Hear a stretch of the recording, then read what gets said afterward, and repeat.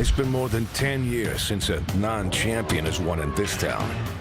Yeah, you recognize him? 10 years, 12 races. You bet against a proven guy here. You might as well take on the house. Oh, that's me. And I always come out on top. Well, almost always. Lately, these so-called surprise winners have stolen the action. But like I said, today, luck is on my side. That's right. Long live Las Vegas. Welcome back to the Confetti Club. It's the NASCAR Cup Series, racing from Las Vegas on Fox, presented by Jiffy Lube. What were the odds? What a topsy-turvy start to this season, and we can show it to you right here. Here are last year's last three winners and the odds going into each of the races they won. Look at this year. Oh my goodness. All right now, Daytona, I mean, that's always a roll of the dice. The Daytona road course, who knew? But William Byron on the 1.5 miles, where you expected the usual suspects to come through. Clint, that had to rank as an upset. Does this trend continue? I think it does. I mean, look at the odds. Who would have thought Jeff Gordon would ever get me in a nightclub and anywhere by ourselves doing a DJ booth? Who would have ever thought you'd have Jeff Gordon's pantyhose? Right, I thought I would be the one that caused the mischief. Instead, it's Jeff following the lead. That being said, I'm sticking with this wave trend. New drivers, surprise drivers. William Byron, I'm telling you, this is the trend this year. We told you it was going to be new, edgy. It's happening. No. Again, we disagree. No way. Look at the stats. We saw in our Open, the last 12 winners have been champions here at Las Vegas. This track rewards experience, the best of the best, on pit road, on the racetrack, on the restarts. Mike, the usual suspects coming back today in Vegas. All right, well, let's call in a fellow who knows his way around a poker table or two, our crew chief, Larry McReynolds. Is this a place, Larry, where you want to gamble? You better believe I'm going to gamble. You know where we're at. You know what I say, Mike. If you follow the leader, you'll follow the leader all day long. Now, it was hard to gamble last week in Homestead. Fresh tires was worth too much, but today, especially late in the race, gamblers like Paul Wolf, Joe Logano's crew chief did 1 year ago, they'll be doubling down, baby. Well, look, I guess our question, fellas, is why? The winners we've had, the drivers, Chris Buescher won a stage last week. Ryan Preece started out with 2 top 10s. This is just so abnormal from what we would expect coming off a season where Kevin Harvick won 9 races, Denny Hamlin all but dominated. We had a great Final Four, and suddenly it's a whole lot of new names, but why? Well, we do expect things to be unexpected at Daytona. And we saw that with Michael McDowell. But then we went to a road course. That's a new change for us on the schedule, going to a road course. So you can't always predict what's going to happen on a new schedule and a change like that. Of course, I think the biggest surprise was definitely Homestead in the 1.5 miles. We did expect more the guys we know to rise to the top. Something has changed. The cars have more parity this year. Well, let's hear from a fellow who was a bit of a surprise winner here last time. Let's go to Kurt Busch. Hey, Kurt Busch, it's Boyer. Jeff up in the booth. You got us? Hi, buddy. You know how to do it. Let's have some fun. Stay focused. Nice and smooth. That was be me, there in the Jeff. end to get the win. I think he's answering us. Try it again there, Prince of Emporia. Hey, Kurt Busch, it's Boyer up in the booth. You got us? I got you, buddy. What's up? All right, hometown kid here. You've been, man, elbows up every single week. So much fun to watch. What do you got for us today? We got a fast Monster Energy Chevy. We're just kind of polishing up from where we were last fall when we won, but we got to shove all that aside. You know, what happens in Vegas in September stays there. We got to do a good job today to execute as a team. Got a great group of guys, and yeah, I'm almost out, buddy. Watch me wheel it. All right, buddy. I appreciate it. Good luck. We're going to be watching. Well, let's have a look at the Jiffy Lube starting grid for today's race. Kevin Harvick and last week's winner William Byron up there on the front row. Harvick's won here twice. Kyle Larson's been a runner-up here twice. Martin Truex a 2-time winner here. Michael McDowell continues his dream season, and Denny Hamlin, the big lap leader. There's Kurt Busch in 7th spot, right next to Chase Elliott, who always runs well here. Yeah, let's go to row 5. Alex Bowman on the outside, 3-time Las Vegas winner Brad Keselowski. Row 6, Tyler Reddick, runner-up last week alongside him, Austin Dillon. And then row 7, Ryan Newman, boy, those Roush Fenway cars are strong this year. But how about Kyle Busch, 2009 Las Vegas winner? Row 8, Joey Logano won this race the last 2 years. Alongside him, Christopher Bell. Hey, I like row 9. How about this one? Ricky Stenhouse Jr. and Chris Buescher. These guys were both up front last week. Looked good in Homestead.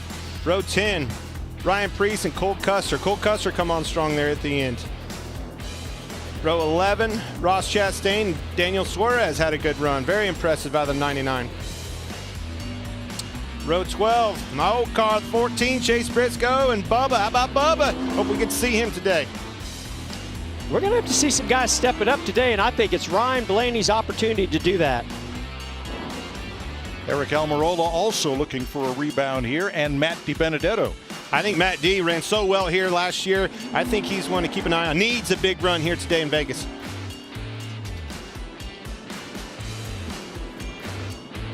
"38 cars to contend here on the mile and a half. Here's the balance of our starting field. Let's check in with Regan Smith. Well, Mike, Ryan Blaney starts 26 today, but the good news for him is he nearly won this race a year ago. They resorted back to that setup, which is a very good long-run setup they feel good about today. Jamie Little.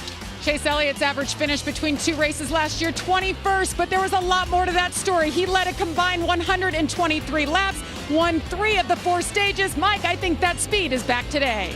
All right, we'll see as the 2021 Toyota Camry TRD pace car leads the field toward green and heads for pit road.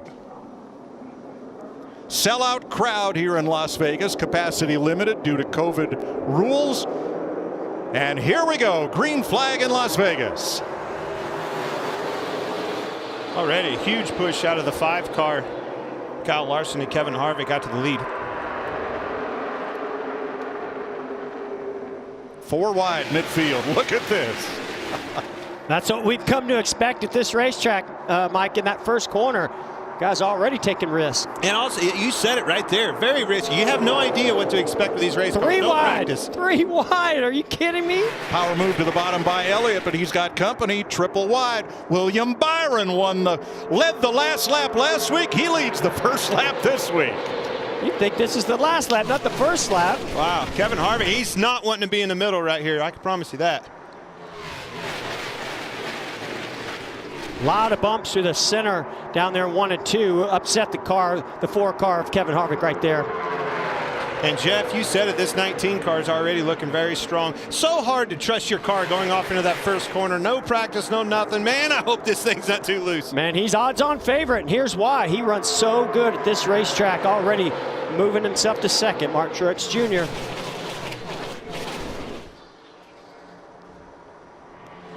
Help coming for Truex in the form of Denny Hamlin. His teammate. Byron up top to cover, back down to the bottom to pick up his teammate, Kyle Larson. Michael McDowell is the real deal, guys. That yellow car of McDowell, that Ford, hanging right with the leaders. Well, and Michael Waltrip talked about these overcast skies, cooler temperatures, a lot of grip on the racetrack. We've been able to see the 5 of Kyle Larson and the 19 Truex stay side by side the last 2 laps. Definitely a lot of trust in the race cars. McDowell's 6th. They are 2 abreast for 2nd, for 4th, and for 7th, and for 9th. Oh, we saw this play out last week between teammates Mark Truex Jr. and Denny Hamlin. Cost them the chance at one of the stage ends. Already a big block by Mark Truex Jr. to block his teammate Denny Hamlin.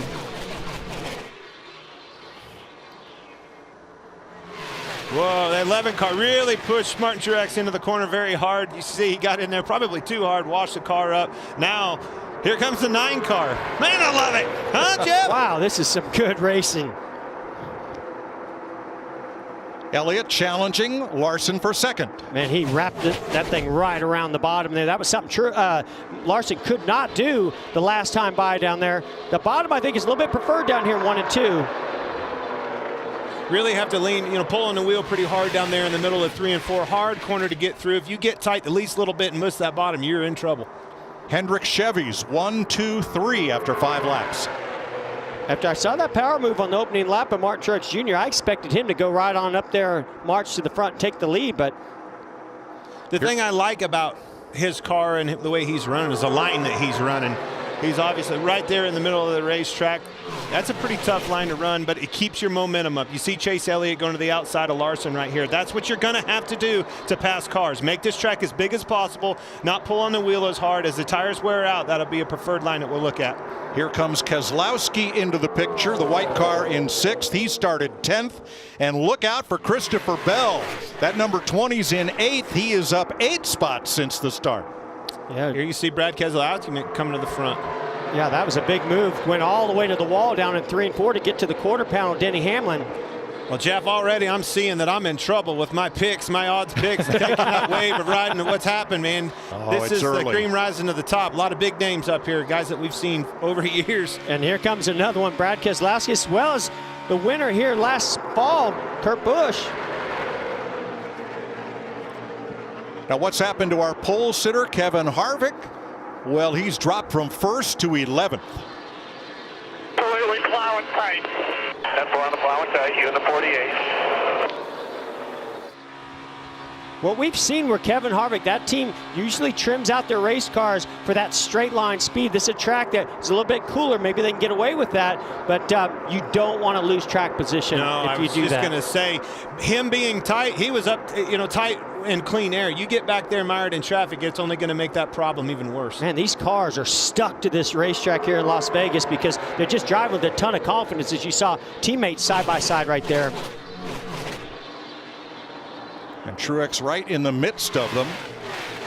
His Toyota and 3 Chevrolets in the top 4. The first Ford is Keselowski in 6th. Can Elliott take the lead from Willie B? He wants it really bad. You saw him going low, going high. Ooh, got really loose right there behind William Byron, our leader. Now, you fellas talked in the pre-race about the importance of clean air here because the air is so much less dense than it was at Homestead. Is it more of a factor? It's just the speed that you're running. So much faster racetrack. It's hard to explain. When you come to this racetrack, there's only a couple of them that I can think of that truly get your attention. You sail that old hot rod off in a corner like, whoo-hoo-hoo, we're going. Well, we'd love to stay here all day because this is electrifying. But we'll be right back with more of this 400-miler on Fox.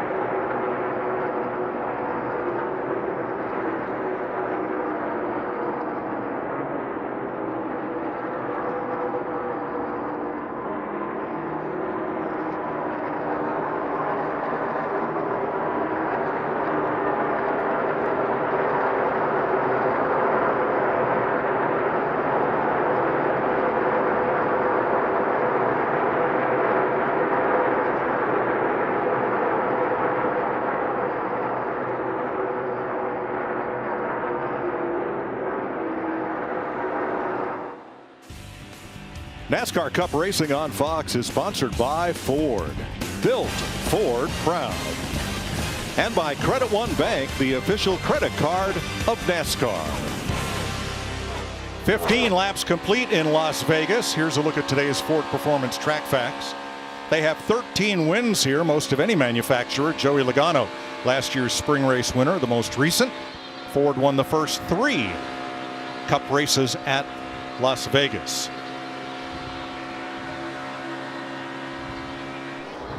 You're riding with Brad Keselowski there, who's made it up to 4th place from 10th. And during the lineup, we talked about Ryan Blaney, who started back in 26th, and he is about to crack the top 10. And Matt D right there with him. I mean, you got people moving all over the place. You knew that's what's going to happen, but you're also having some off the pace. Harvick, Newman, these guys are in trouble. Let's go back to 18th, where Kyle Busch has gained some ground. Jamie? Well, earlier today, Mike, Kyle Busch was quick to remind me that Joe Gibbs Racing as a whole really struggled here in this race a year ago. So this team went to work to try to turn things around. This is his assessment of the 18 cars so far. Really, really close to the stem.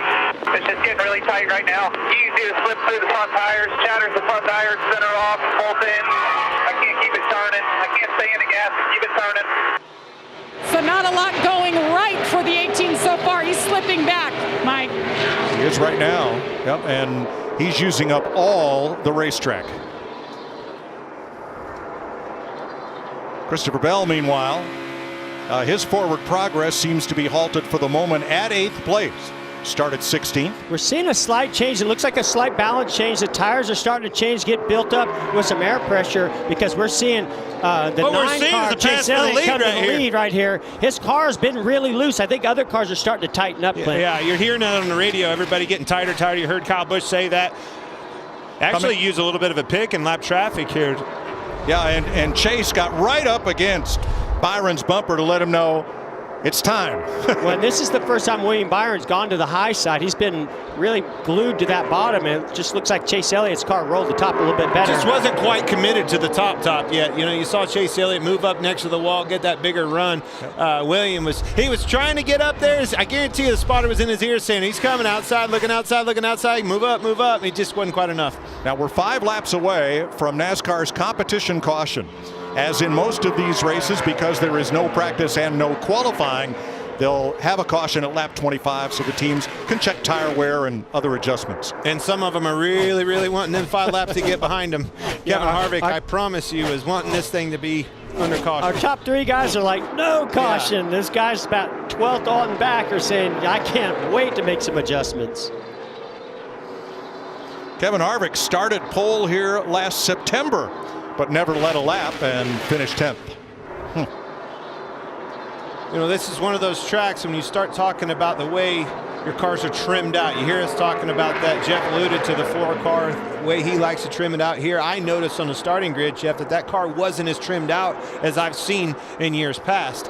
That being said, I wonder what that's doing to his race car. Well, I think it's making him really tight right now. He's talking about being, plowing. So that car propped up a little bit in the back with, a little more air getting to the rear might actually be making him tighter. And the other side of that story is Blaney, who started 26th and has gained 15 positions since the drop of the flag. Following suit with them Penske cars. I think they're all looking pretty good right now. And we've been waiting for this moment. We thought today could be the day where he shows it, and he certainly is so far. Brian Newman is one who will appreciate the competition yellow. He's fallen to 27th. Now the starting lineup is set by a matrix. It's a mixture of last week's finish for both the owner and the driver, point standing position, and fastest lap order of last week. Let's face it, it's a matrix of Bob Pockers. That's what it is. That's right. Here comes Blaney continuing to make ground before this competition caution comes out. Top 10. And doing it wherever they're not. You know, that's a hard thing to do right now. Your car's really got to be turning well to be right down on that white line like he was right there. When you have a fast race car, you can go about anywhere, can't you? So you talked about the top and then the tippy top. Yeah, I've always said it. Even in the radio, man, he's running the top. All right, is it the top or is it the top? There is a difference. The tippy top is when you can't slide a piece of paper in between your right side and the wall. That's pretty high right there, but it ain't the tippy top. You've created Jeff, a new I've been term. doing this for 40 years. I have never heard that expression. Have you? Hey, there's a lot of I things think comes out. This you're guy's the one that I've never said heard tippy before. top. Competition caution. All right, we're all saved by the You competition built caution. the term, including me. William Byron led 19 laps. Chase Elliott's been out front for the last 6. As we said, a sellout crowd here, up to the level permitted by the state of Nevada and Clark County and the city of Las Vegas due to COVID restrictions. They had no trouble selling tickets for NASCAR's return to Las Vegas this weekend.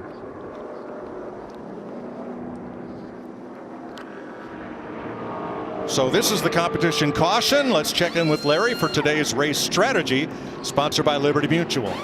Yeah, Mike, I think you'll see everybody come here and get 4 fresh tires. You want to look at the wear on the rights as far as the left, but you don't pit anymore in this stage. After this caution, you'll run it to the end. Now, stage 2 and that final stage, if we go green, you'll split those stages in half. But cautions, Mike, can certainly change my Liberty Mutual race strategy. Okay. Stage lengths are 80, 80, and then we go all the way to lap 267. 80, 80, and 107 are the stage lengths today. I'm glad you're doing the math, Mike. Let's keep a few things straight up here. Yeah, right. You see, Kyle Larson was cleaning his tires up there. It's such an important thing. You've been going around here, not much brake. That's another thing you need to warm up. Warm your tires up, make sure they're cleaned up so when you slide into that pit, you're not going through it. BJ McLeod will be the free pass. 29 cars on pit road. This will get real busy, Jamie. A lot of teams were excited about this competition caution after the excessive tire wear early in the truck race and Xfinity Series race. They can check their tires. So the 9 of Chase Elliott, obviously he feels good. They're not going to adjust on that car. The 2 of Brad Keselowski, happy with it. And he feels like the longer they run, the better it gets, Regan. Well, the 5 car of Kyle Larson, upper right of your screen. He's very happy with the front grip of that race car right now. Wants to leave that alone. And the 24 of your leader, or of William Byron, that car is just a little bit too free in the middle right now. The winner from last weekend. So here's your Ram race off pit road. And you saw where Chase Elliott was held up by Anthony Alfredo. He didn't get into his box all the way. William Byron with a slow pit stop as well. Close quarter racing in Las Vegas. We're under the first caution of the day.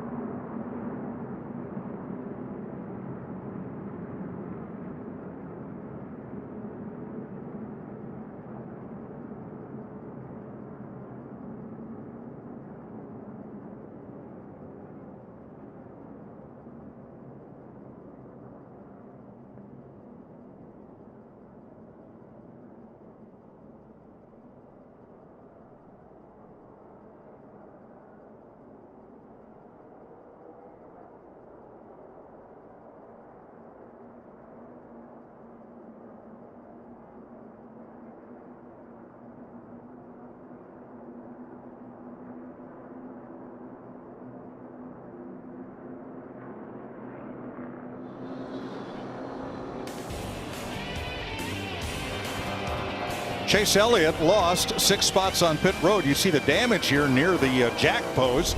We'll try to get an update on that, but that's not why he lost those spots. He slides into his box. He said it was very slick getting into the box, so he's very deep there instead of stopping shallow. So when Anthony Alfredo in the 38 comes in, not a lot of room for him. That means Chase has to back up to get out of his stall. Yeah, you got to be real careful putting it in reverse and letting out the clutch too quickly. You can break the whole transmission driveline that way. Pit stop comparison between Kyle Larson and Chase Elliott. Larson is your leader. That's a double whammy for Chase Elliott. That right side damage is pretty significant. All right, we're coming to green after the competition yellow. Pace car is in. Larson and Hamlin on the front row. Truex Keselowski and Bubba Wallace too fast exiting the pits. He will start out back. Green flag. I think Truex lagged back a little bit to get a run on him. Logano up top 3 wide. Harvick for 4 wide. I mean, it's like Daytona or Talladega on these restarts. I think Kyle Larson actually got too good of a jump and had no helper there to push him like Denny Hamlin did for Brad Keselowski to take the lead. So important to pounce on it while the time's right now. You got a rub on Kevin Harvick right there, left front fender already. You have to get it while everybody's together. A guy like Kevin Harvick needed to gain some spots. Eric Amarola right here. Ooh, that's pretty heavy smoke there. And we see it every time when we come here. We just see guys get aggressive, get 3-4 wide, and the slightest contact, and you're cutting the tire down. Denny Hamlin just became the first car not owned by Rick Hendrick to lead this race. 31 laps in. Brad Keselowski, I'm telling you, that car's fast, made some moves in that first run. Look how much of that racetrack you can use all the way down to the apron, Clint. And I think you'll see more of that as things get compressed here at the end of the race. These restarts get more important, get closer to that money line. You'll see them on the apron. Truex's car really quick on these opening laps on restarts. Guys, you're talking about comparing this to Daytona, Talladega. Fresh tires. Denny Hamlin's all but running around here wide open throttle on these fresh tires. Wow. You talk about Hendrick Motorsports being strong. Well, their 4 teammates joining the club now. Here's Alex Bowman in the 48 Ally Chevrolet. You know, Larry, you brought up such a good point. Put me right back in the seat. You get out there in clean air like that, wide open. Go, Cat, go. You get back there in 10th, 15th land, you're lifting, you're out of control. Not much air on your hot rod back there. 10 cars under a blanket and then a little gap back to 11th place Christopher Bell.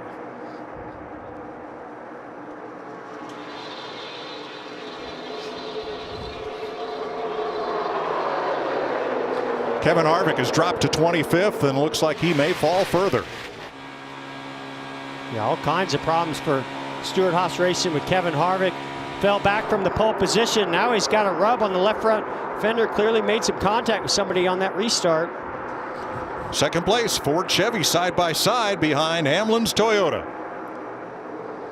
You saw a little wiggle there of the 12 car Ryan Blaney. He was just towards the back. You see him in that yellow and white Pennzoil Ford. That car is loose. That car is turning strong. The back end's stepping out a little bit. We saw that with Chase Elliott at the start of this race. Watch his car be really strong on the long run. Just seems like that car, when it's turning strong at the beginning of these runs, takes some time as he's making another move here, going 3 wide. I mean, it's not stopping him from making some aggressive moves going to the middle, but I'm going to watch as those air pressures build up. That's going to help that 12 car get better and better on this run. And you saw William Byron just peeking into the scene right there. I think he lost 3 spots on pit road right there. That's a tough thing to get back. Clear back in 8th place already.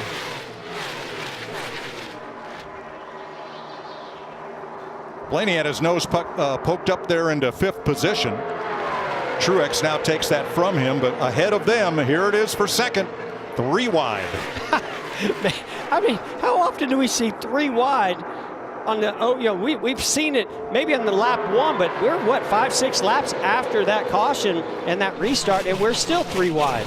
And I tell you what else I'm seeing is Larson. I'm so accustomed to thinking that Kyle Larson's going to be on the outside. Everybody's, locked up almost like a freight train on the outside. He's been the lone wolf down on the bottom. Ooh, a little bump draft in there. From Chase Elliott to the rear bumper, Brad Keselowski. Here he gets to the outside. Maybe he's wiggling around up there. He's too loose to run up there. I think that's where you see him on the bottom. Yeah, and that opened up the door for Keselowski to get to the inside.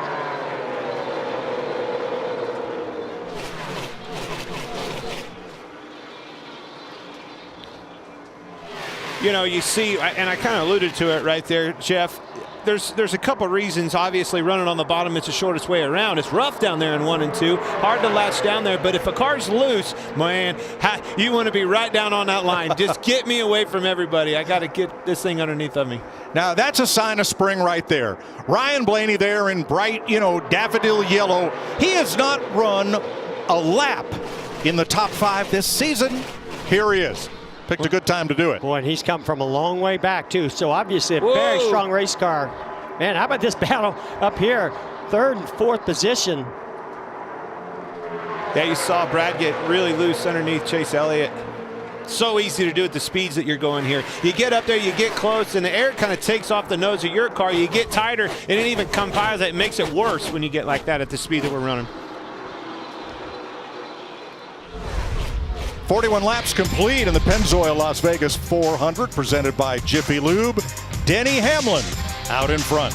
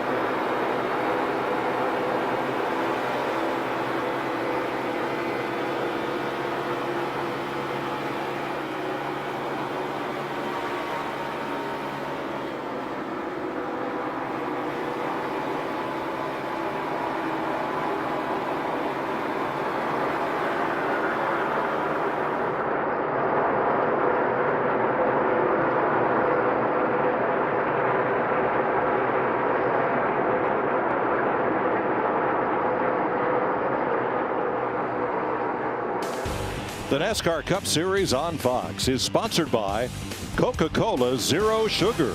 Tastes unbelievably delicious. 45 laps complete. Kyle Larson now the leader over Denny Hamlin. And you still have time to enter Clint's new Stage 2 contest for your chance to win my money. Part of $10,000 guaranteed payout. Just download the Fox Bet Super 6 app for free. Answer 6 questions about Stage 2 for your shot to win Clint's money. Caution's out for debris, so let's look at some of those questions. That lap leader. Manufacturer, fast lap, biggest mover. That's been the story here. Blaney getting up there, joining the mix. I just want to know if Clint has any money left after being at the tables this weekend. Some people are going to have to take some payments, accept some monthlies on this deal. Well, if you're wondering how long it's going to take the dirt racer Kyle Larson to get up to speed, I think he's figured it out quite nicely here, Clint, as he takes the lead on Denny Hamlin. You know it wouldn't take him long. You really did.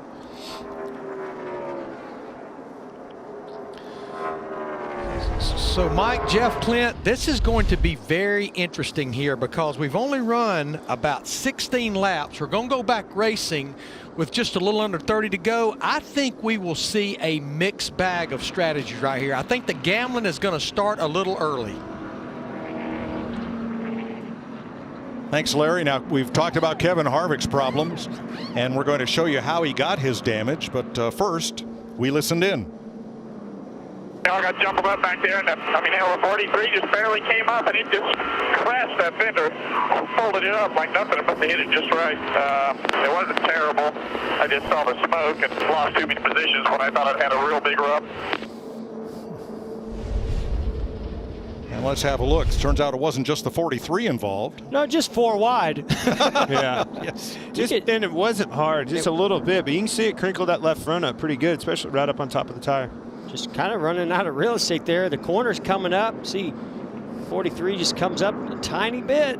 By the way, what is about 180 mile an hour right Yeah, there? that's all. It's a little But how easy lucky been a was rub. Kevin Harvick that did not cut the tire down that's how until lucky. now? I mean, It is now down. it's down. So That it was a caution- good call by him. When he saw that rub, he said right there on the radio, you heard him, he backed off, slowed down a little bit. Hey, that's why. That's a veteran race car driver That move right caution there. saved him. Under green, Bubba Wallace made an unscheduled pit stop. They lifted the hood, did some work underneath, put it back down. He is 3 laps down. Jamie. Chase Elliott, there was some debate if they should come down. Remember, he had that damage on the right side. The jack in there right this time. He had missed the post on the last stop, and it crinkled up that right side. A 4-tire stop here. Brad Keselowski says his car is pretty good. Let's go down pit road to Regan. Well, the 11 car, Denny Hamlin, that race car is just too tight right now. When he turns the wheel, he scrubs speed, so it slows the car down too much. He needs an adjustment for that. The 12 car on the left side of the screen, Ryan Blaney, he had a vibration that run, so this caution was a good break for them. They were fearful they had a loose lug nut somewhere. Kyle Larson stayed on track and did not pit. Here's how the rest came off pit road. Under caution for debris. Second caution of the day in Las Vegas.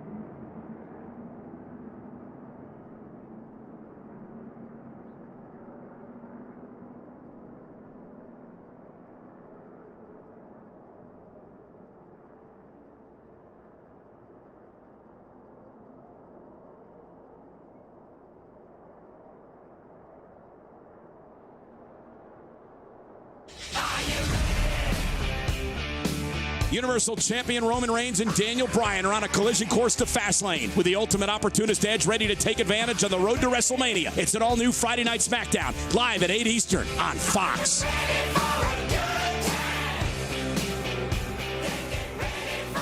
I'm looking at these guys, Clint, Jeff. I'm getting an idea. I like what I'm seeing there.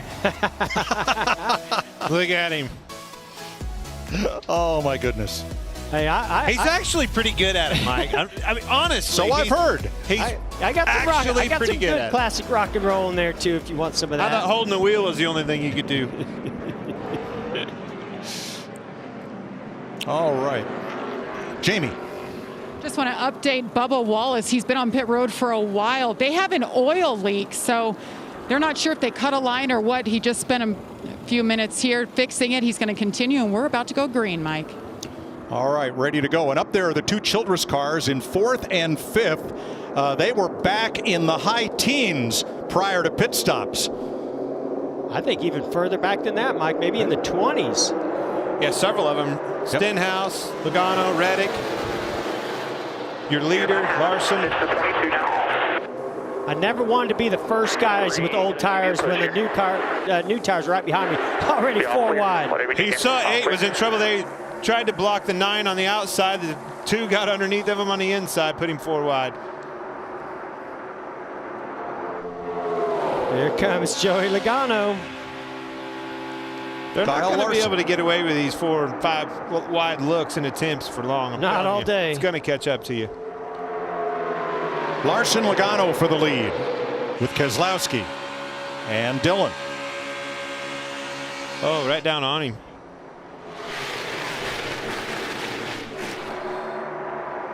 Teammates might be kind of a thorn in the side. Oh, wide. So much for that.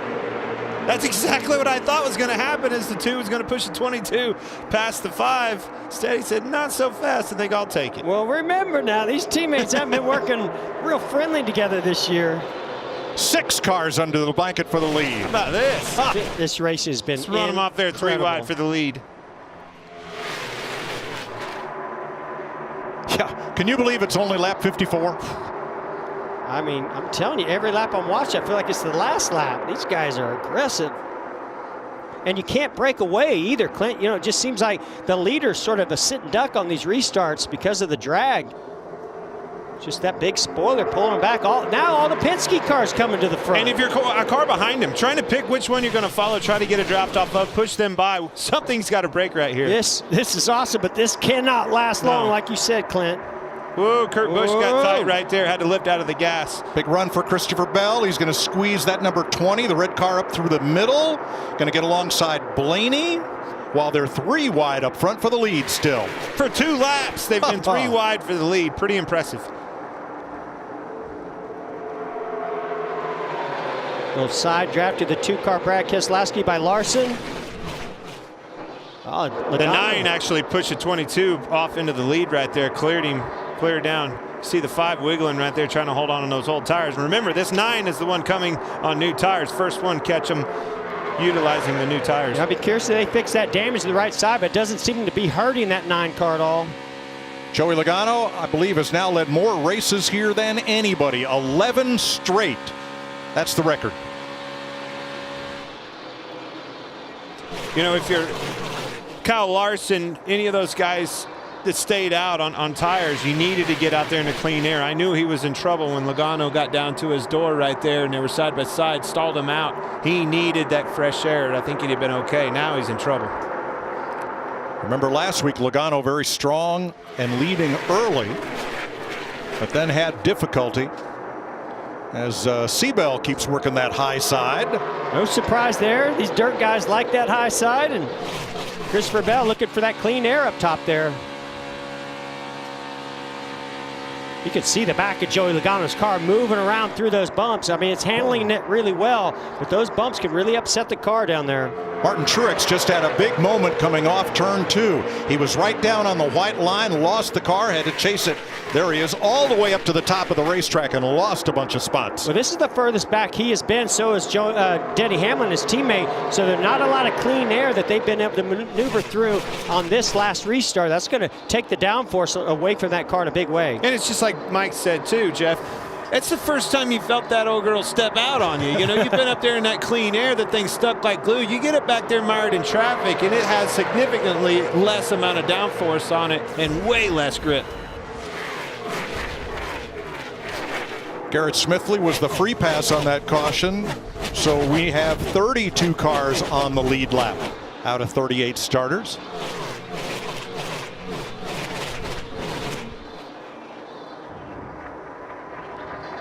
So Truex back up to the top of the racetrack and trying to charge forward along with Hamlin. And there's Austin Dillon, who restarted up in the top 5, backing up now to 13th. Yeah, and his teammate, Austin Dillon's teammate, Tyler Reddick, it hasn't worked out well for him staying out. He's all the way back in 22nd. You know, another thing that I'm seeing here with the front runners, as I said it, I see the 2-car get under him. Larson, it seemed like his tires had equalized a little bit to those guys. I was watching him slip back, already talking about those old tires, and I didn't think that it would hold on. As these things equalize pressure-wise, they kind of do the same thing following suit on lap time. I tell you, Clint, I think one of the decisions by Cliff Daniels and Kyle Larson on that stop is the air pressures got built up. He's really loose on the lower temps of tires, lower air pressures. I think that he felt like, hey, my pressures are built up. I think my balance is good. Let's stay out. And his car was took off much stronger on that restart. But lead change. Yes, down on the inside here comes Chase Elliott. And I think that's exactly what you're seeing right there. Joey Logano, you saw the importance. We talked about the importance of staying out there on those old tires. You got to get to the lead and get to that clean air. Finally, those new tires and Chase Elliott surpassed him. I thought that right side damage on Chase Elliott would be more of a detriment to that car. Doesn't seem to be the case. You mentioned Tyler Reddick. He had a concern about contact on the restart. That may be one reason why he fell so deep in the field. And going to the 22 of Joey Logano, I mean, I almost forgot that he stayed out because he was so strong on that restart. But once you lose one position and you start to get in a little bit of dirty air, those older tires start to really show themselves.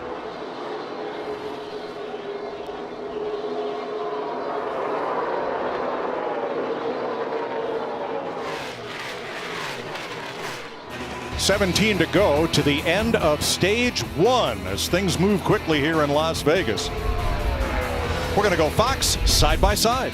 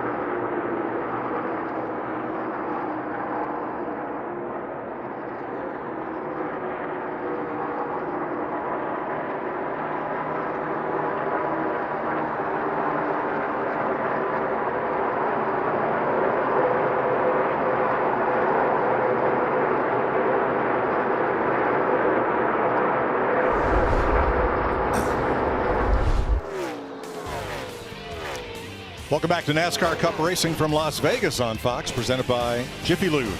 68 laps complete. Chase Elliott on the lead from Brad Keselowski. Kyle Larson was the leader on the restart. Remember, he did not pit under that caution for debris, and here's what's put him back to 10th spot. Yeah, just rolling around the bottom, catches that white line. See the 20 of Christopher Bell. Gets to his outside. I don't know. It just seemed like maybe he got tight. He just had to check up. And here's your leader. Woo! Toss and catch it. Yeah, you saw those hands working inside the window there. He had to catch it. That car got a little loose right there, or a lot loose. It's also why it's fast and up front. And he's going to lose the lead right here to Brad Keselowski, perhaps, coming off turn number 4. And Keselowski has a moment. Yeah, you just run out of real estate up there as you're coming off the bottom in 3 and 4. So much momentum, so much energy, inertia's moving up there. You need that extra real estate. Oh, there's a car out there. See, Chase Elliott's going to fight back here, but ooh, yeah, wow. Brad had to leave him a little room. Definitely think Brad's best race car on the track right now. And you said that going into this weekend, Jeff, at the top of the show in the pre-race. You said the Penske cars really needed to show up, and boy, have they. Yeah, and right behind this battle, teammate to Brad Keselowski, Ryan Blaney's coming too, so he's loving this battle in front of him. Mustangs are running tonight. And those three have yarded the field by about 3 seconds. Let's get down to pit road in Regan. Well, reported on the last pit stop that Ryan Blaney had a vibration. Things are good this run right now. As for that team as a whole, this is the part of the runs they anticipated they would be strong at. The end of the long runs they felt very good about with their race car. We're seeing that right now. 9 laps to go, stage 1. Back at 4th place, Christopher Bell's had an impressive run. Jamie? Yes, he's made his way from 16th already, the best Gibbs car so far. He told me before the race he loves this track. He's run well here in trucks and Xfinity, and he loves that you can move around and you just stand on the gas. It's much to his liking and his driving style. He's just a little loose. They tighten him up. He's happy where he is. This battle's not over yet. I can't get over how hard it is to maintain the lead. I thought for sure Brad Keselowski, when he had the lead, he's going to pull away from Chase Elliott. Not the case at all. And they've actually swapped. He kept trying him on the bottom, kept trying him on the bottom. We saw him get tied off of 4 and have to bail out of the gas, running out of real estate. Now he's got to the outside. Sooner or later it'll wear him down. Jamie? I actually talked to Brad this morning about today's race, and he said because of the way the cars are this year and the rules, he said it's going to be harder to protect the lead than years past. So he predicted this, and that's exactly what's happening. No kidding. And let me quantify why we are so incredulous about the quality of racing we're seeing today. Wait a minute. What did you say? Yeah. If I said dumbfounded, would that help? Way better. Thank you. I understand now. All right. Bet, keep it down to our level. You got to dumb it down a little bit for me, Mike. I'm kidding. In September, the whole race, 267 laps, 20 lead changes. Today, 74 laps in, we've had 11 already, more than half of what we had in the whole race here last fall. Incredible, the race that we've seen so far. You know, we're learning that 5 car stayed out. If there's one that's wishing they probably didn't, it's them of the 5 bunch. But you got to learn that, and this is a good time to learn it early in a race like this. I love all these cameras we've got on this 48 car with Alex Bowman. Roof cam, visor cam, bumper cam. Watch this when he goes into the corner. See where he runs right here. It gets very rough, and you go over the tunnel. Bam, bam. And it's exactly like that, too. Very violent in a car. Feels extremely rigid. Bam, bam is exactly a good term for that, because that's what it feels like. This thing is, you got 4x4s in this thing for suspension. It feels like. I'm not hearing much throttle lift. I know that. 6th place, William Byron coming back toward the front, chasing Christopher Bell. By the way, we had penalties on that last caution on pit stops. Safety violation for Chase Briscoe. Daniel Suarez, his crew was over the wall too soon. And Bubba Wallace, who has some damage under hood, pitted too soon. So they all restarted at the back. There's Bubba with that camo paint job that he helped the Columbia folks design for that car. These guys are getting after it for the lead. And I see Brad Keselowski likes to move up top, get that momentum off the corner, and get a big run, and use the draft on Chase Elliott. Chase Elliott stuck to the bottom.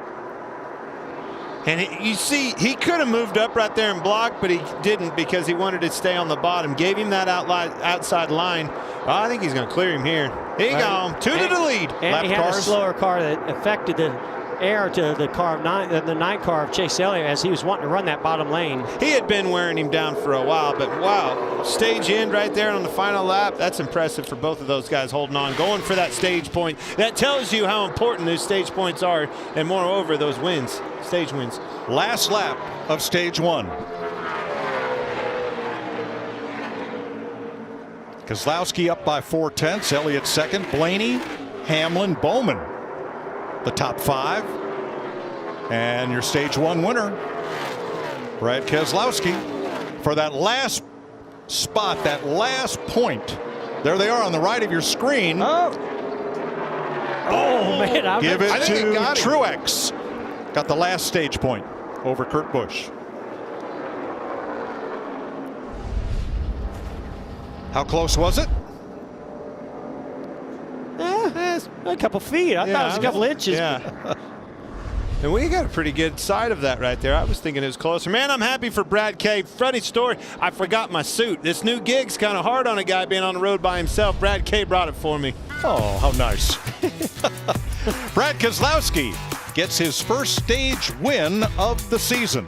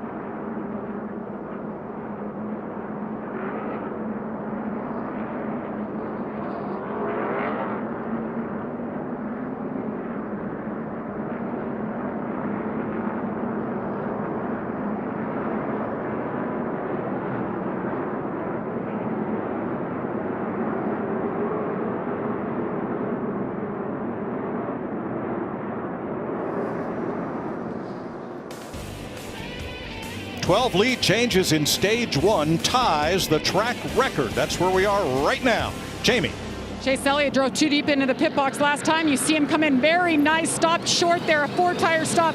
Set too much right front buildup, so they'll make an air pressure adjustment there. The two of Brad Keselowski pretty happy with the car on the long run especially, he said. And the 20 of Christopher Bell having a really nice run here. Just a little too loose. They're going to snug him up with air pressure and 4 tires, Regan. Well, every car, Denny Hamlin, that race car is too tight with the right front right now. Started off really bad in that run and came to him. The 12 car, Ryan Blaney, he needs some help over the bumps. The car is bouncing just a little bit too much for him.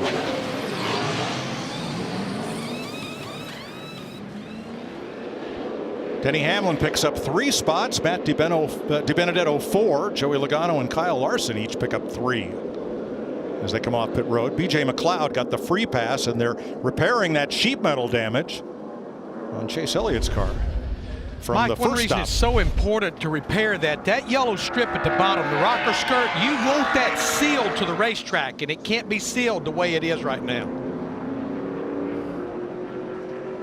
So we dial up our stage 1 winner there, Brad Keselowski. Hey, Brad, this is Jeff up in the Fox Sports booth. You got us?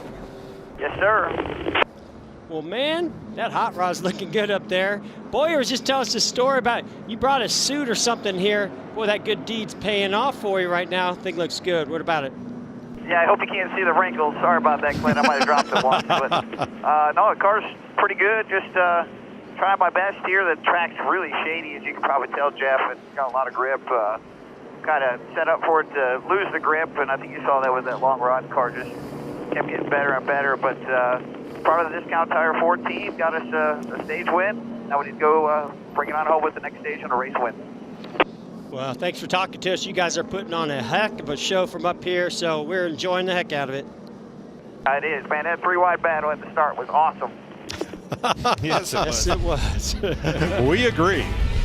Tyler Reddick too fast exiting pit road on that stop.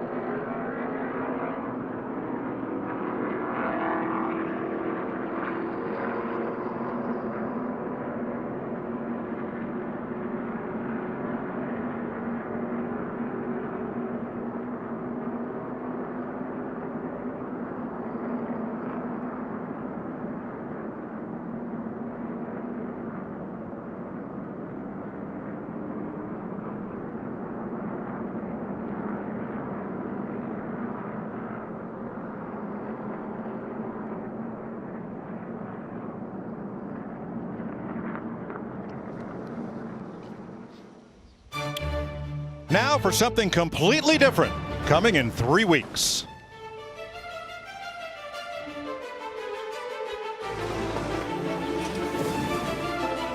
That is Bristol Motor Speedway, where first they put down a layer of sawdust, and then they brought in clay from several states and a Dr. Dirt from California to talk about the mixture of the soil. 2,000 truckloads of dirt down on that track. That's amazing. And the Cup cars are going to race on it, and we're going to bring it to you. The conductor was orchestrating the dirt as it was laid down. I hope that it's better dirt than we had over here at this dirt track doing that piece of them goggles. Boy, it was dusty. Aerial coverage provided by Goodyear for those that push the limits of possibility. Goodyear, more driven. Regan.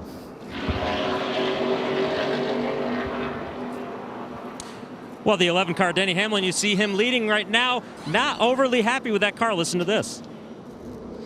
We're at least in the ballpark. I'm getting to the point where I need jack stands, unfortunately. But I think we got something we can work with here. Let's keep digging. Get to a point where I need jack stands. I like that. I've never heard that line before. What's he mean by that? It means he's going to have to put it up, going to No have way. to get underneath of it and do some more work if he's going to get any speed out of it. It's going to take jack stands to do that. He's only got weight jack bolts. That's all he's got. He's still All right, Hamlin and Keselowski on the front row, Bowman and Blaney, DiBenedetto, Logano, Byron and Bell, Larson and Kurt Busch are the top 10. We're going to listen to Denny Hamlin's spotter, Chris Lambert. Here they come to the Geico restart zone. Green, green. Can't get to you. Neither one of us have help. Now he's on you. Most of us have help. Most of us have help. 2 by 2. It's all in line. 2 by 2. Still out there at your door. Off of you now. Neither one of us have help. Half back to the bottom. Half to both lanes. Just you and the 2. No runs coming. Drag him back if you can. 2 by 2. 2 by 2. Still there. Still there. Still there.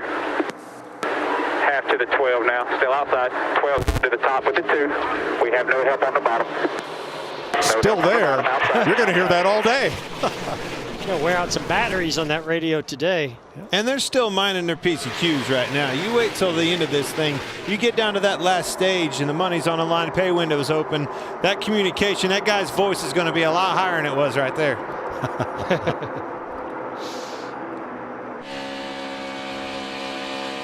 Side by side for third, Hamlin inside of Bowman.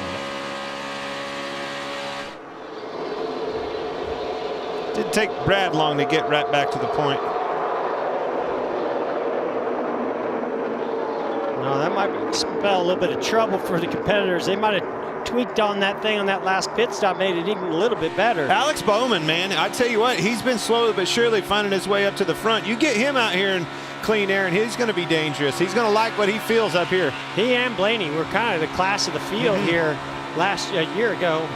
Towards the end of this race. Blaney, you said it again, going back to the pre-race show, Jeff. He needed a big day right here. He is extremely fast.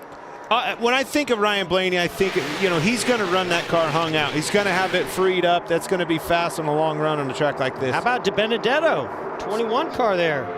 Same boat. Good racetrack for him. Yeah, second both races last year, I believe. 3 of the Penske and Penske affiliate Wood Brothers cars in positions 1 through 3, and Logano not that far behind them.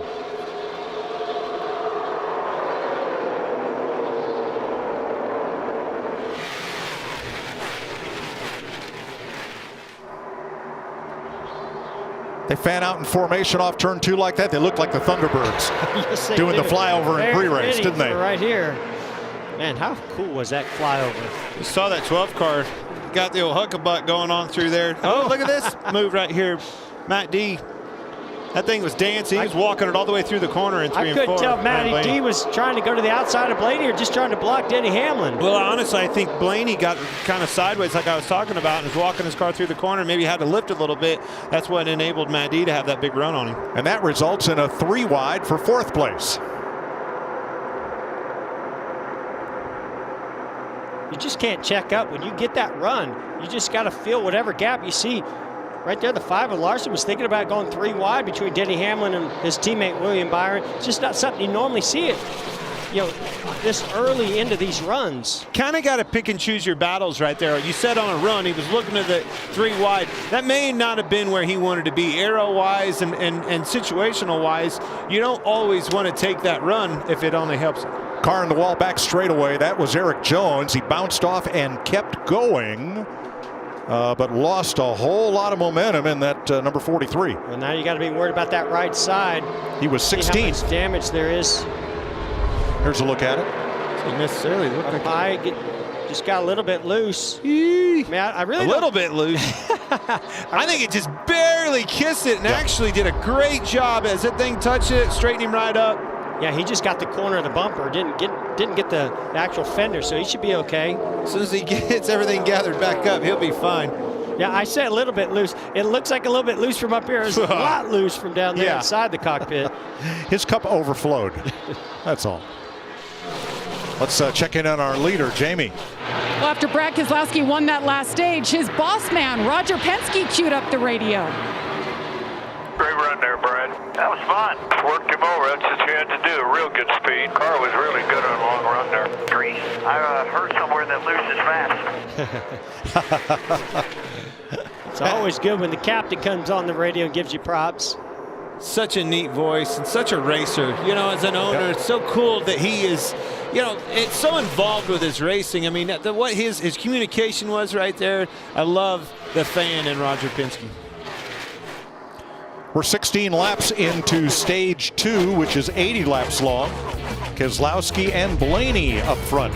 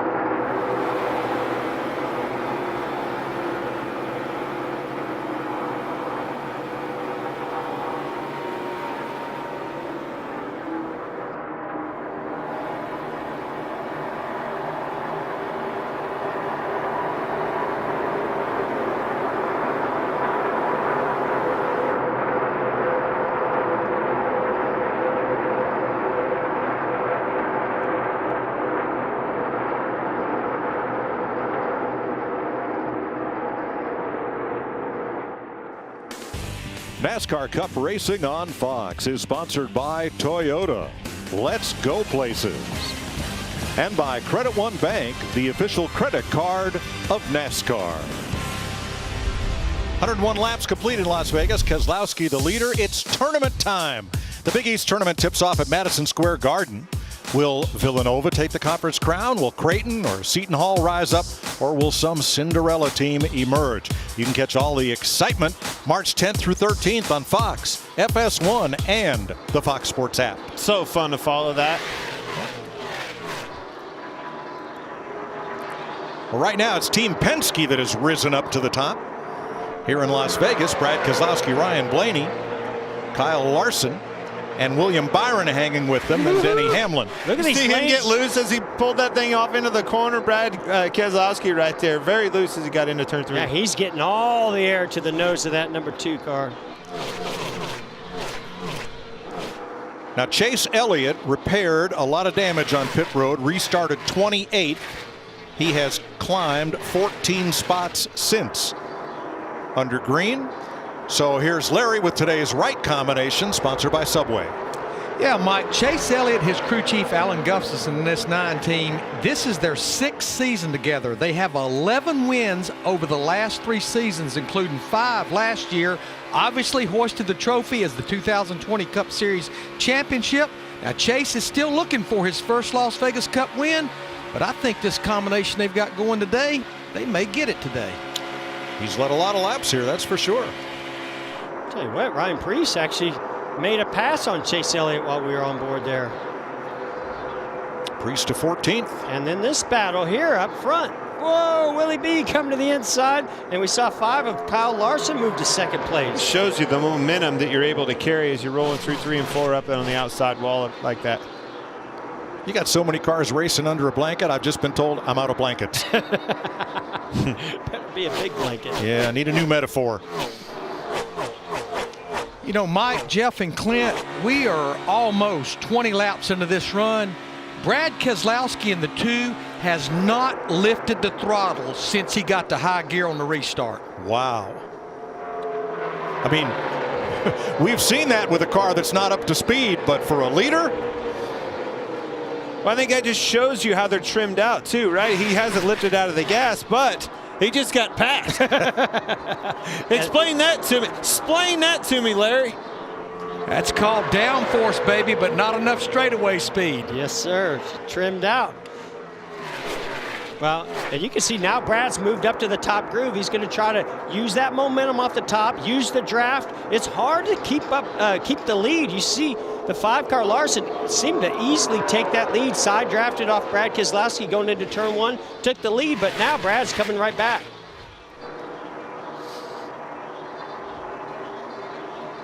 You can see the draft 3-4 miles per hour to Brad Keselowski. He's in the tire tracks of our leader right now, Kyle Larson.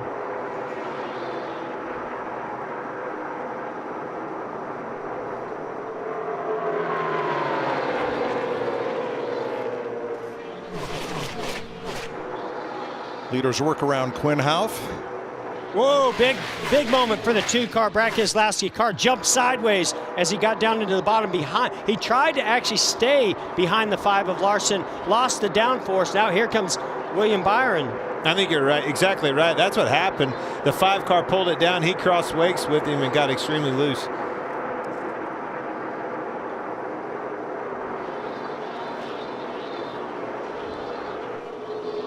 Tell you what, this 24-car William Byron and Rudy Fugle, new crew chief this year, they're for real. I mean, last week, we were like, wow, where'd he come from at Homestead? But he's right there again today. And this is a track that they haven't had some great finishes at. That's such a cool shot right there, Brad. Way up to the outside, him running right down on the bottom. Cool thing about this racetrack is the ability to do that. And it wasn't always that way. When they repaved this track, it really lended itself to that kind of racing. Yeah, it seems like it's not as abrasive where the tires really get are grinding up and wearing down and losing a lot of grip, but it just seems like there's an ability of this track. It loses just enough grip where you move around the racetrack and makes for this great racing that we're seeing here. The other thing is when we went to this downforce and this engine package, it really lended itself. It's almost, especially early on a restart, close to like a replaced type driving like a Talladega and Daytona, but not quite. Let's go to the tail end of the top 10. Joey Logano ran quite well in the early going. He led 7 laps, and now he's in danger of falling out of the top 10. Ricky Stenhouse trying to move on Logano. Also, that sun's popping out here just a little bit. Might be changing the track temperature, changing the track conditions, and maybe the balance on some of these race cars. Even though he's talked about these guys up front not lifting, Great point. You immediately see these cars starting to move around and wiggle around as they're getting into the corner, getting a little bit looser with every lap goes by. But honestly, it's probably exactly what you just said. The sun getting on the racetrack, making this thing slick. Ricky Stenhouse, you saw behind Logano in 11th. Good day for JTG Doherty with Stenhouse 11th and Ryan Preece in 15th. Good to see fans back at the track in Las Vegas. 33 complete in stage 2.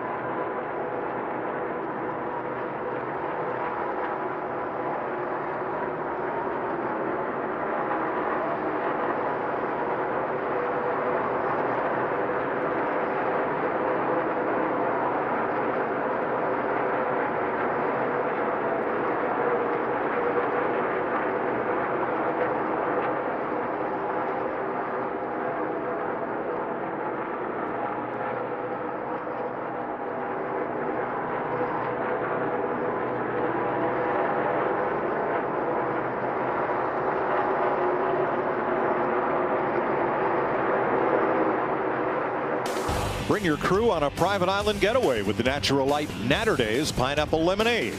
Right now, tweet hashtag Natterdays and hashtag sweepstakes and tag 5 of your friends for your chance to win.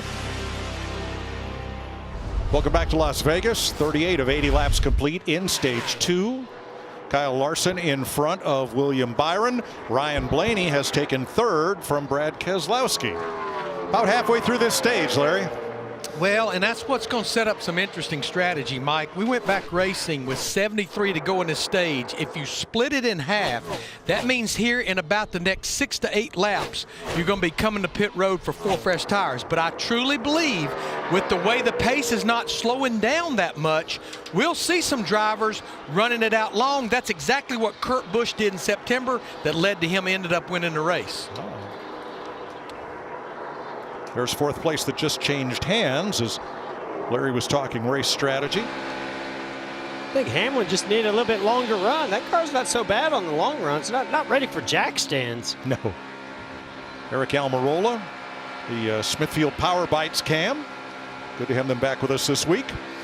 And battling Daniel Suarez, who led some laps last week in Homestead.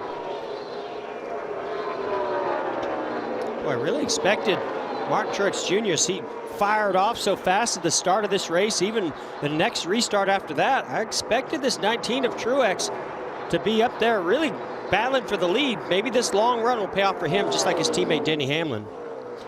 So we've run 120 laps.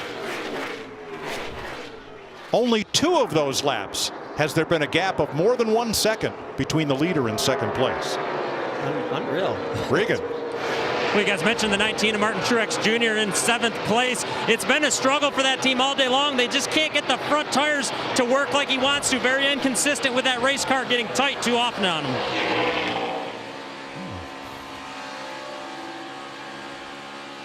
Yeah, it seems like the guys that are fast are loose. Their front tires are working really good. And you know, now we'll see if it makes something. We'll see the 22 hitting pit road here, as well as Christopher Bell. A couple of them on pit road.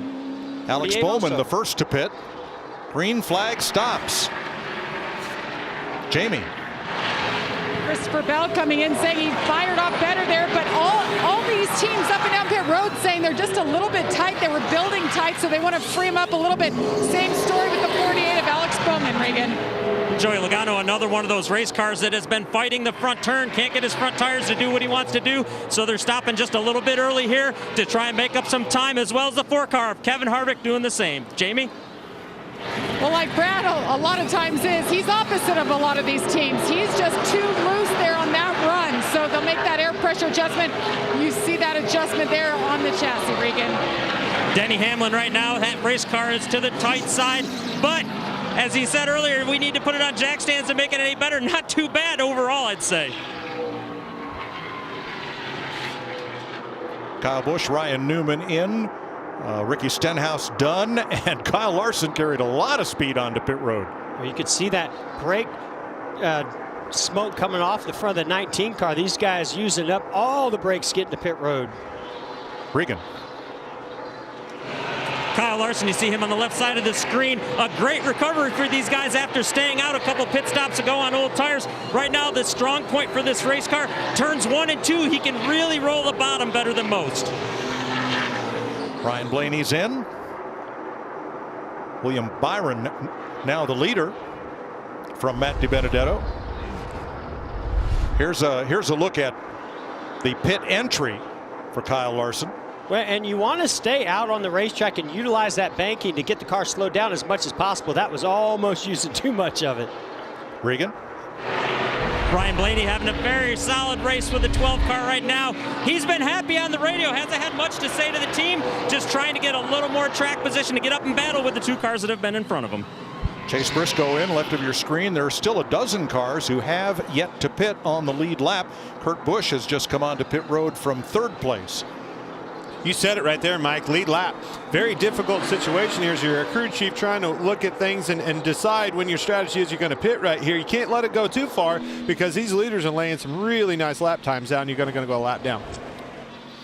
So, guys, William Byron in the 24 car leading this race right now. I sat down with him this week and did a little bit of an interview, and I said, William, winning race number 3, what does that do for you guys? He said it lets us be more aggressive, and that's exactly what they're doing, because right now if we get a caution, there's only 8 drivers on the lead lap. And I think they're being a little bit more aggressive with that race car being a little trimmed out too, because he's got some good straightaway speed. Maybe some of these other guys have a little more downforce built in the car. It affords you to do that, make those decisions, all of those things. Matt DiBenedetto pits out of 2nd place. And that leaves, I think, 9 drivers who have not yet been to pit road among the lead lap drivers, led of course by Byron. Hand out the window there for our leader, William Byron, probably coming to pit road this time.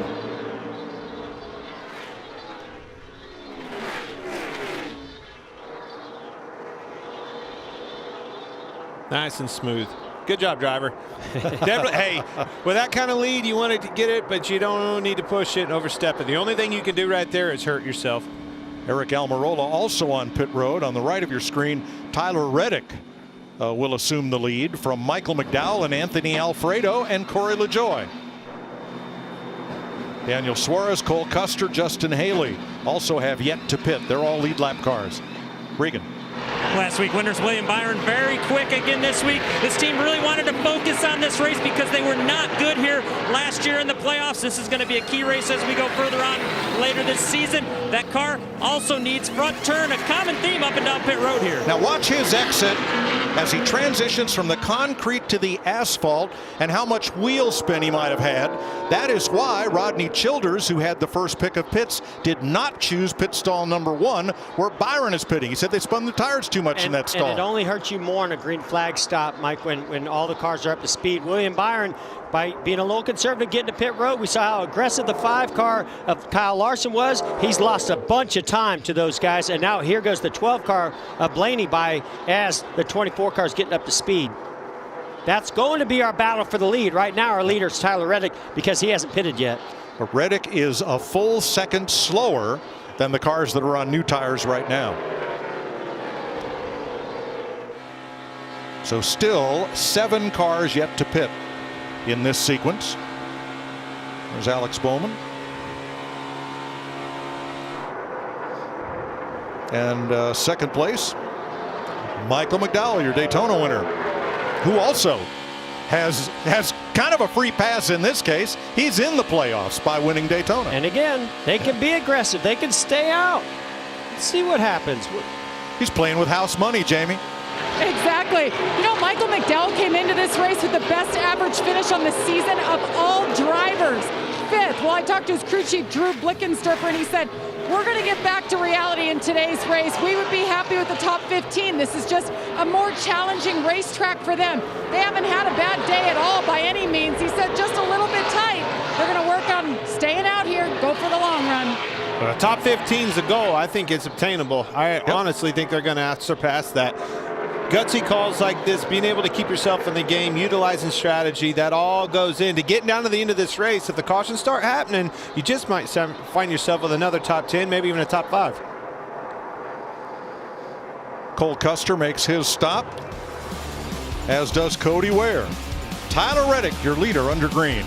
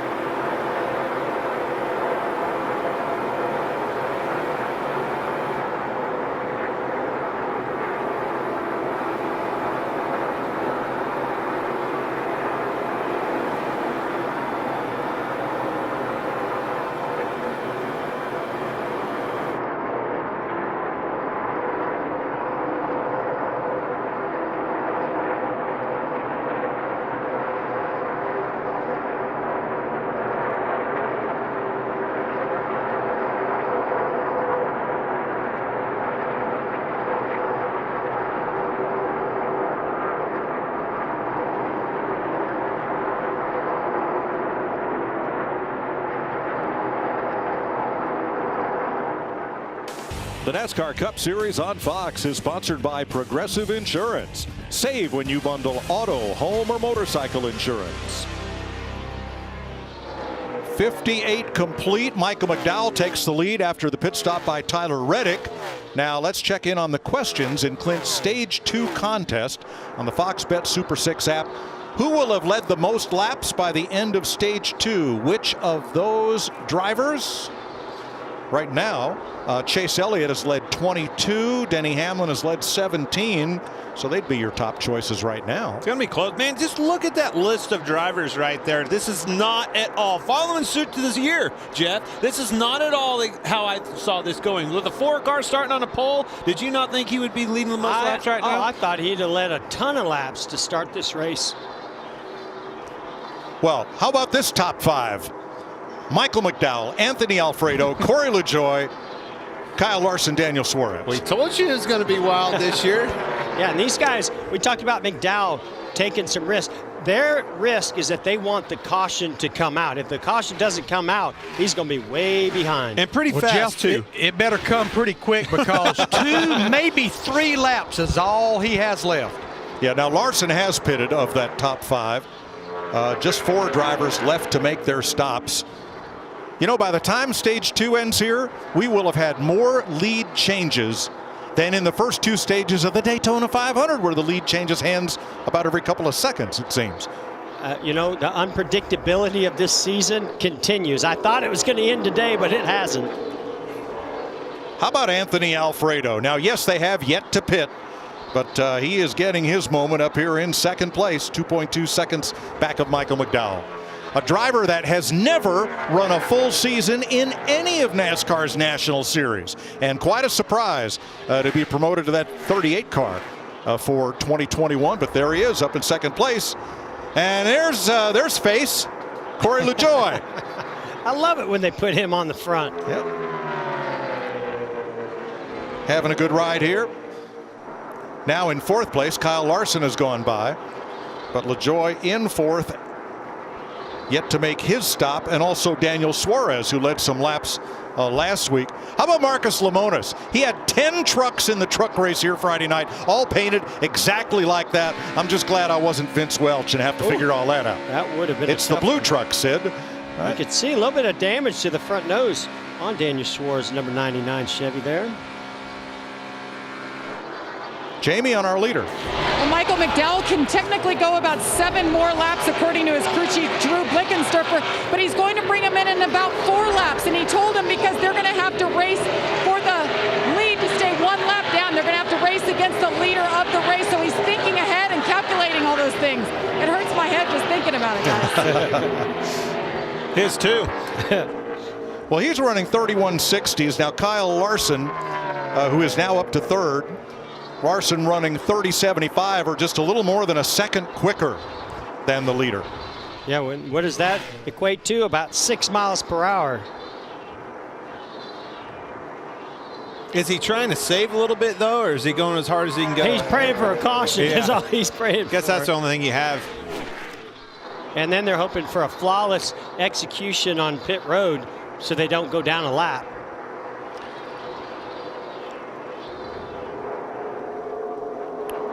So now everyone has stopped with the exception of McDowell, Alfredo, and LaJoie. And because here comes the 99 of Daniel Suarez. And McDowell has his hand out the window. He's led more laps here than any other racetrack in his NASCAR Cup career. And he'll surrender the lead and come to pit road. And your new leader is Fast Pasta, Anthony Alfredo. He'll lead this lap. I don't think he'll lead the next one because Larson's just bearing down on him in turn 2. All right, al dente. And Kyle Larson takes the lead. And I'll tell you what, Kyle Larson's built up a hefty lead through that pit sequence. Once Alfredo gets to pit road, that next car back of Brad Keselowski, pretty far back there.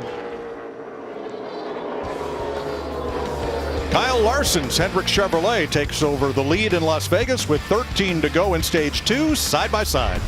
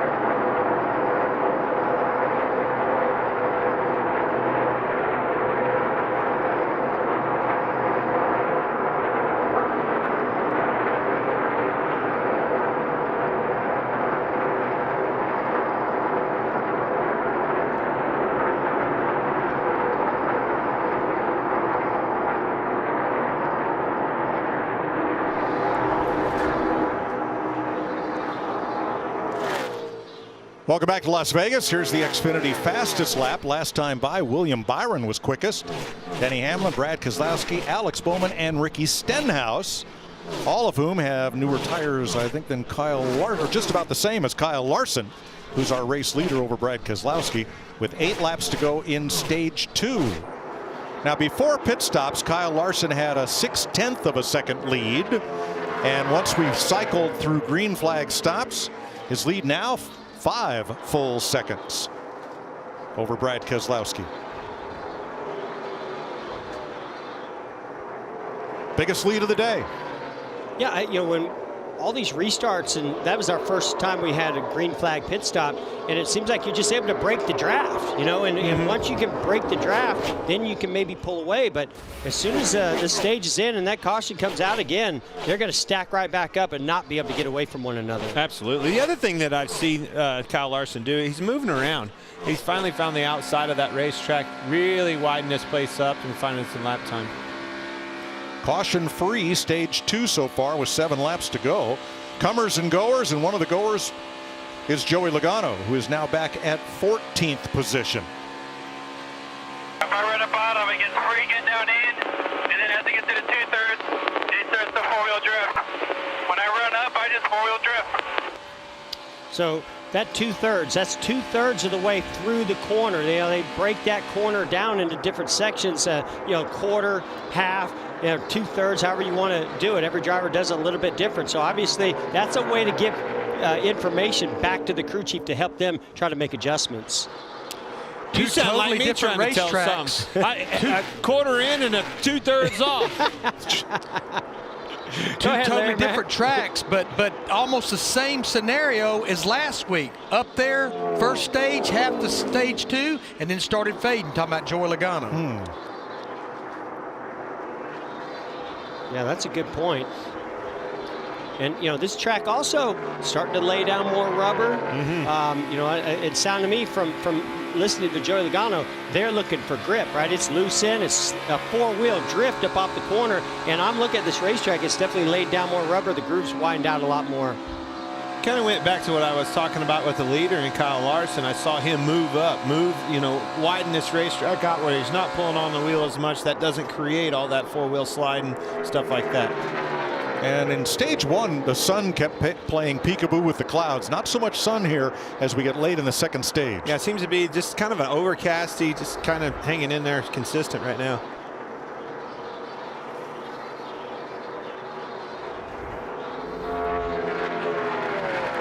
Kevin Harvick back at 16th, Ryan Preece 15th, and on the left is the Stewart-Haas running order. I'm shocked. Yes. I'm shocked, not just by Kevin Harvick. I mean, we've seen him separate himself from his teammates and be able to be kind of the charger and the guy that leads laps and sets the bar for Stewart-Haas Racing. But all the Stewart-Haas cars are really struggling, Clint. This track always seemed to be one of those for us. When I was in that car, it was hit or miss. We'd come one year and it could never seem to get consistent and find the balance that I needed. But those Fords, they're going to be.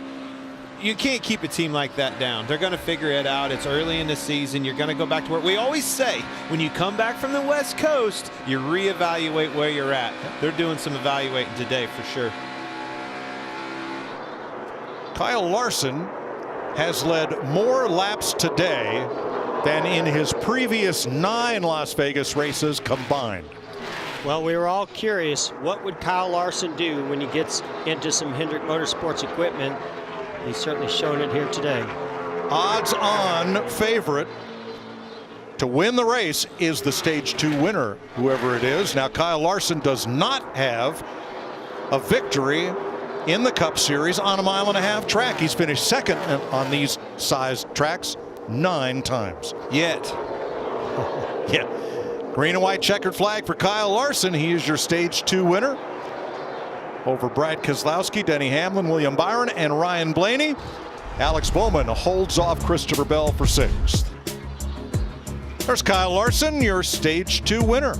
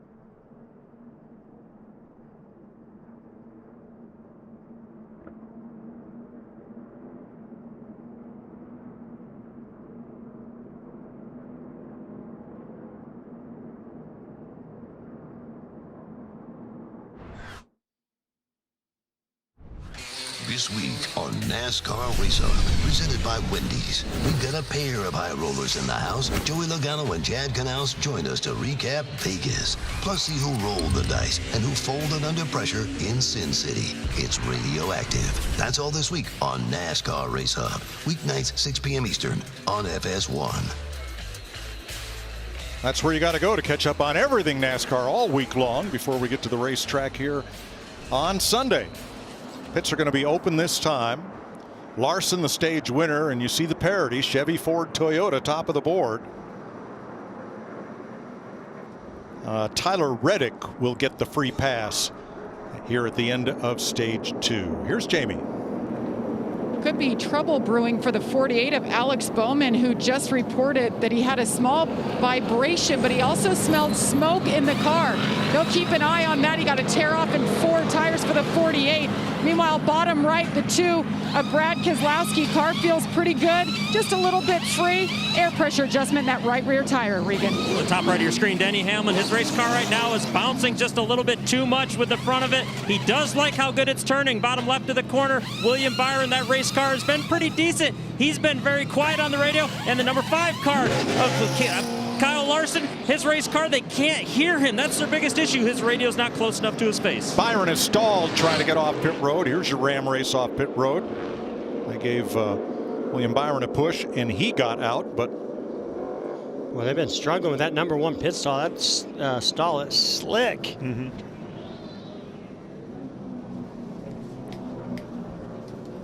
Let's dial up Kyle Larson. Hey, Mr. Kyle Larson, it's Bory up in the booth. How are you? Great conversation. Appreciate you there, buddy. Holding a pretty wheel. Try him again. Hey, Kyle Larson, it's Bory up in the booth. How are you? It's phenomenal. Okay. This is the best conversation I've ever had with him. Well, you know, the car's pretty good. It's kind of fun up here. Seems like it's pretty fast. That's exactly what it would have said. Great combo. Thanks for nothing.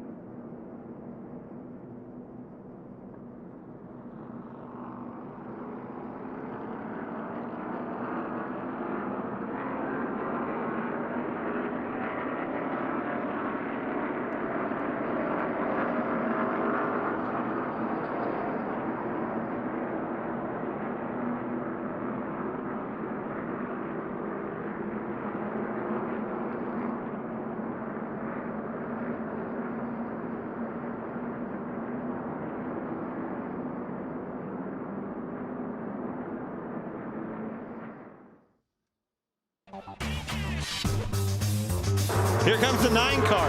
Man, I love it. Huh, Jeff? Wow, this is some good racing. Teammates might be kind of a thorn in the side. Oh, they're gonna go 3 wide. So much for that. That's the kind of racing we have seen all day in the Pennzoil 400 at Las Vegas, presented by Jiffy Lube.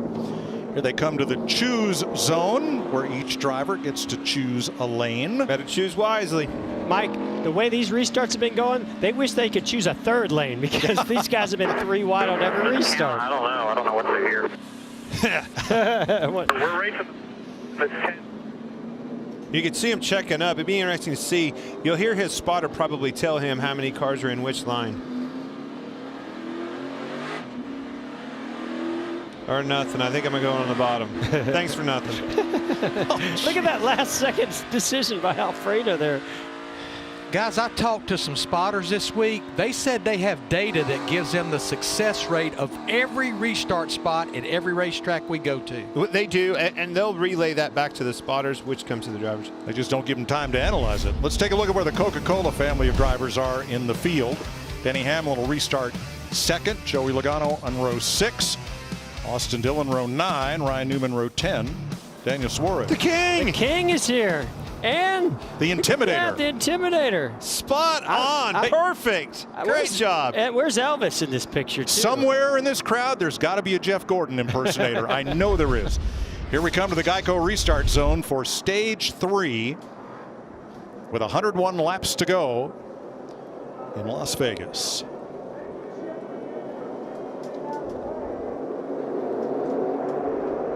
Green flag.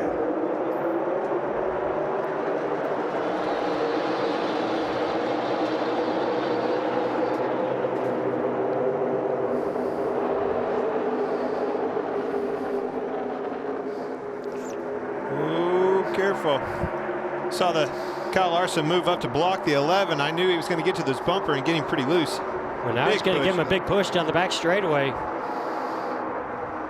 Look at Gibbs. Joe Gibbs racing right now. 2nd, 3rd, 4th. I don't know. He might be able to give 5th to Christopher Bell on the outside. Kyle Busch, where did he come from? 4th place.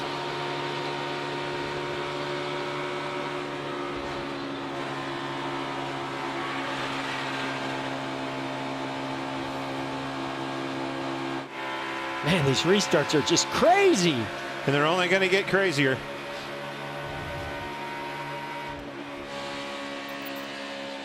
Listen to the throttle on time right here. Just barely out of the gas, and that's waiting on Kurt to get it gathered up in front of him. Yeah, not a lot of throttle off at all. Kurt lost a bunch of momentum right there in the middle, 3 and 4.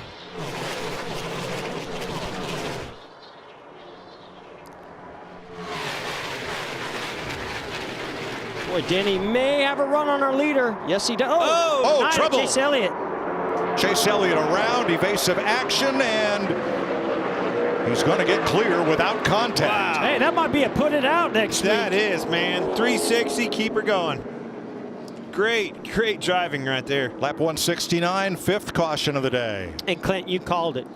We knew on these restarts, these guys are just so aggressive, bump draft and everything else. You just knew it was a matter of time before there was an incident. Some damage to that left front fender on the 9 of Chase Elliott. Chase was in 11th place. He lost 14 spots with that spin, but stays on the lead lap. Yeah, but they're going to have to come down pit road, patch up those holes. You know, aerodynamics so important. Drag, we saw how important, you know, not having a lot of drag down the straightaways are going to be. See Alan Gustafson coming down off the pit box. Our Chase right in the middle of your screen. Let's see what happens here. Well, you saw that Joey Logano had it. Oh, he just gets loose. Just the air off of those 2 cars. He got up there. Caught a piece of Kurt Busch there, I think. He did, but you could see he was gaining momentum through the corner, and he had a car up in front of him, so that's taking the air off Chase Elliott. I don't know if Kevin Harvick, you know, where he was located, but obviously there was just very little downforce to the car, to the 9 car of Chase Elliott. Yeah, hit Kurt Busch in that right rear. It'd be interesting to see what his right rear is like. They may have to pit, you know, how close. Yeah, I see Kurt coming like he's going to come down pit road. I'd say right rear fender is such an important fender. Matt DiBenedetto, nice job getting that car down to the apron and out of harm's way. Didn't have a lot of time to react to that. Let's ride with Eric Almirola on our Smithfield cam. Even, 2 Chronics behind.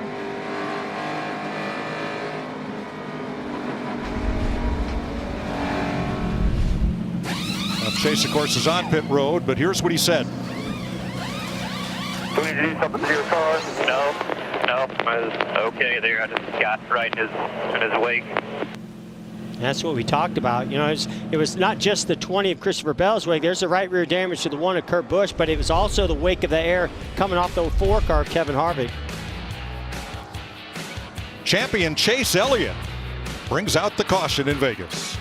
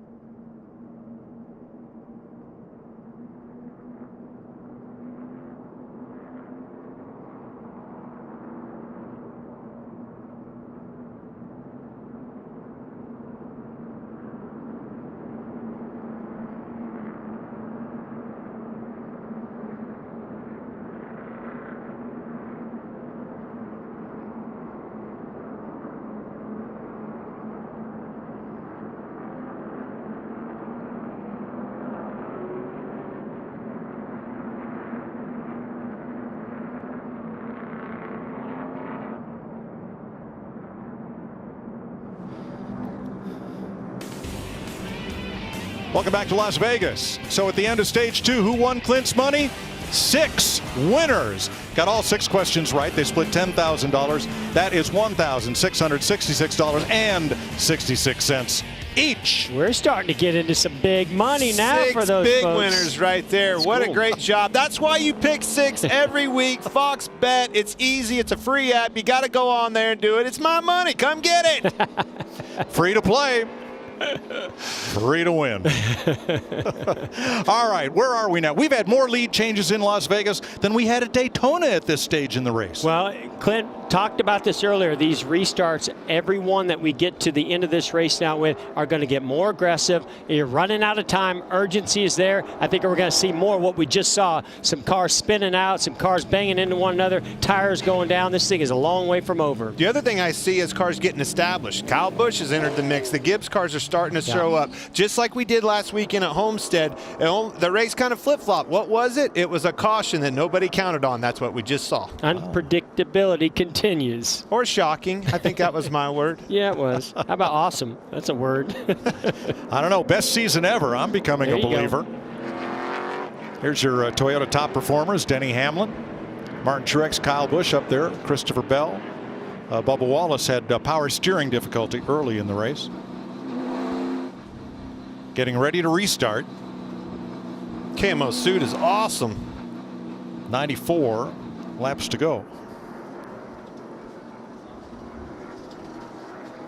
3 Toyotas in the top 4 as we get set to go back to green. Kyle Busch trying to get to the front and I believe lead his first laps of the season if he can.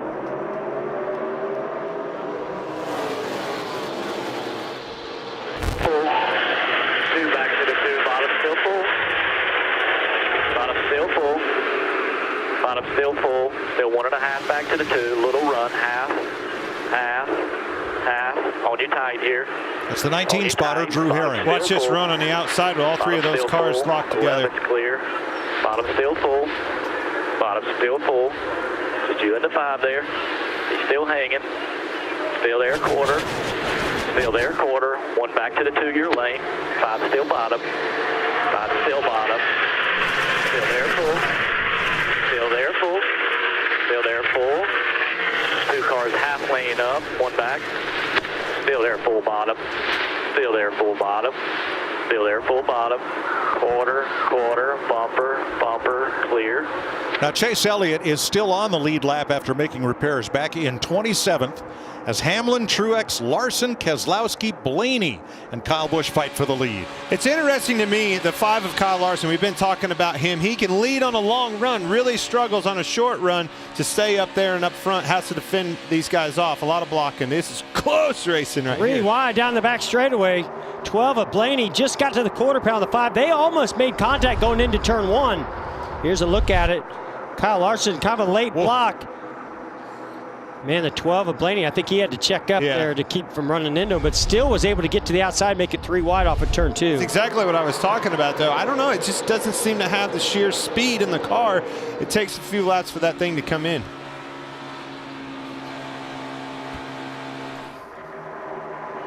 Well, and you knew that 5 of Larson was in a little bit of trouble when he had 3 Joe Gibbs teammates all surrounding him on that restart. Haven't had much of a chance to take a breath today, but we're going to for a couple of laps here. How about a Fox crank it up?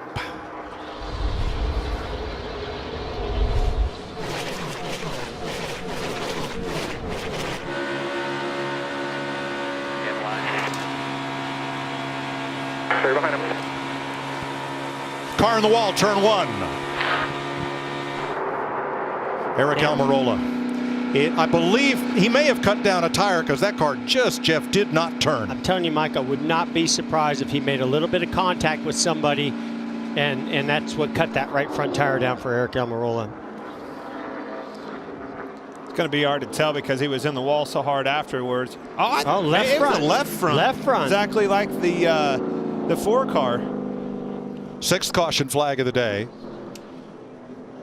And it comes out with 88 laps to go.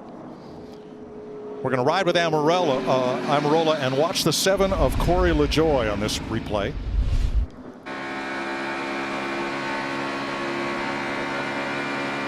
Back straightaway going into turn 3. Oh, right there, he's having trouble. Front. It's going down.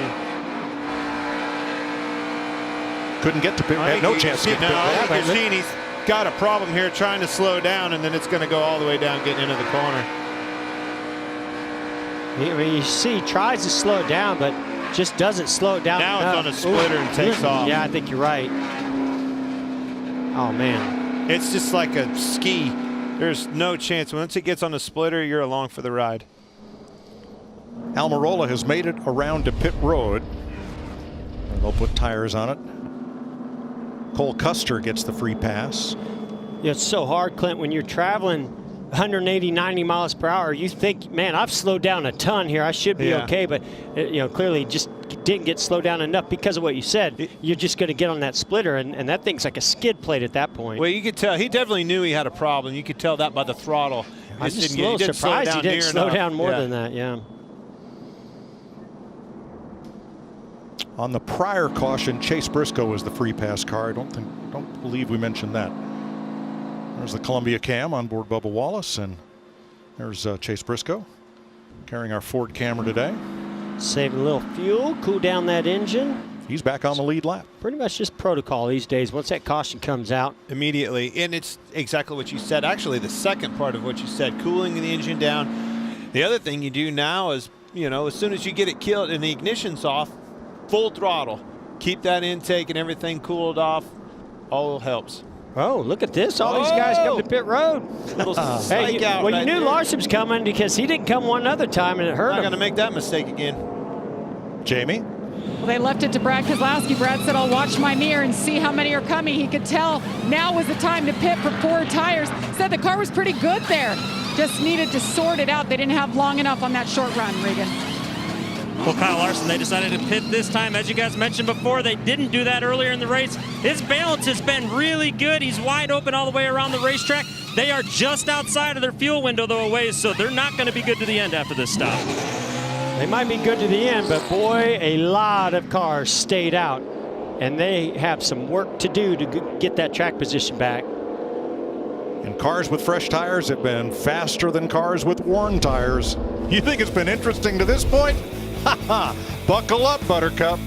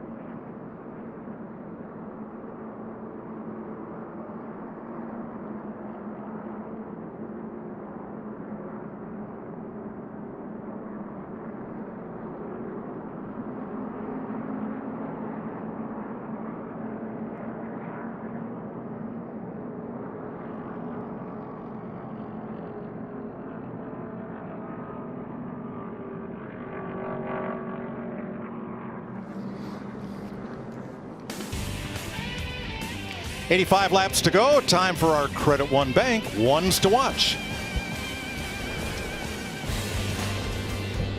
Well, Mike, I'm watching the 19 of Martin Truex Jr. That last caution, that pit sequence when cars came down pit road, changed the complexity of this race. This 19 team stayed out there. Two-time winner Martin Truex Jr. might make it 3 today. Yeah, Jeff, I keep watching Denny Hamlin. 11 wins at mile-and-a-half tracks, but he's never won at Las Vegas Motor Speedway. They just keep making that car better and better. Man, I'm going to ride with the 5 ball. Kyle Larson, he's been in class of the field today. I think he can keep it up. Never won in a mile-and-a-half. I think that changes today. Well, Christopher Bell is top 5, done a fantastic job today. With the win in the bank, they can push their luck here toward the end of the race. Neither Adam Stevens or Christopher Bell have ever won at Vegas in any series. That changes today. For 3 races, a lot of people have been saying, where's Ryan Blaney? Where's Ryan Blaney? Well, today, he's up front. And that car seems to have really good short run speed. Maybe one more unexpected caution. He could be right there. And those are your Credit One Bank ones to watch. Hey, Clint, what happened to your mugshot? Man, I don't know. I guess Artie just left me out of the deal, man. I even made Brad bring my suit. Where is it? Where are you? Right here. Look, I made Brad bring the suit. You won't even show it, Artie. Come on. That's okay, Clint. I kept smiling for you, buddy. Here we go. Practice, practice, practice. All right, 83 to go when they come to the line. Through the Geico restart zone, and green flag waves again. Blaney pushing the 11 of Hamlin to the lead.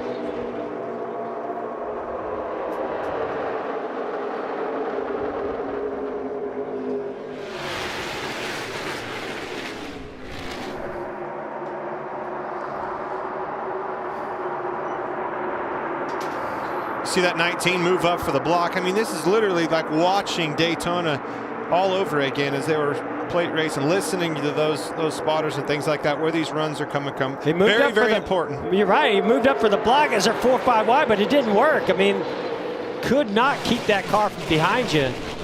Man, these restarts are wild. Woohoo, that 9 car back there is loose, getting in the corner off the bumper of the 18. I was pretty surprised, were you, Clint, that they decided that Chase Elliott didn't want any adjustments to try and tighten that race car up. Loose is fast and on the edge of out of control. It's still wiggling, man. I'm telling you, that car is loose. Now, the first car with 4 tires is Kyle Larson, back at 16th place. And we talked about loose race cars. It's hard to navigate through traffic when you got a loose race car. Again, Kyle Larson in that 5, I think, is loose as well, just like the 9. Well, he was 16th when Jimmy Hicks wrote that down, our statistician. Now he's in the top 10. Yeah, I was going to say. Things happen that fast. I just saw him go by 3 cars in one corner, so he's making up some ground. He knows that he's got to be aggressive here. There's just no way that you can't take a lot of risk if you're going to close that gap to these guys. I really did not think they could come through the field this quick. See Ricky Stenhouse back there in the picture. So cool to see cars like this. I've been watching him. Last 2 weeks, he was fast. Brian Patty's got that hot rod dialed in. Yeah, he and Ryan Preece, both just a position apart here. Second place, side by side. Blaney and Hamlin. Blaney going to the basement to try to make the pass. Don't count that cat out. They better watch out the guys coming on those fresh tires. The guys come through there the fastest. Brad Keselowski in that 2 car.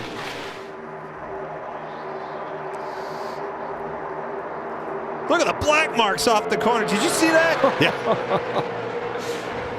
Brad Keselowski is our USAA biggest mover since the restart, plus 14.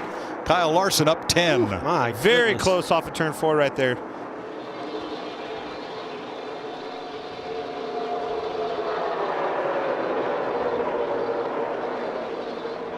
Because Larson all the way to the wall. Not quite going to get there on William Byron, though.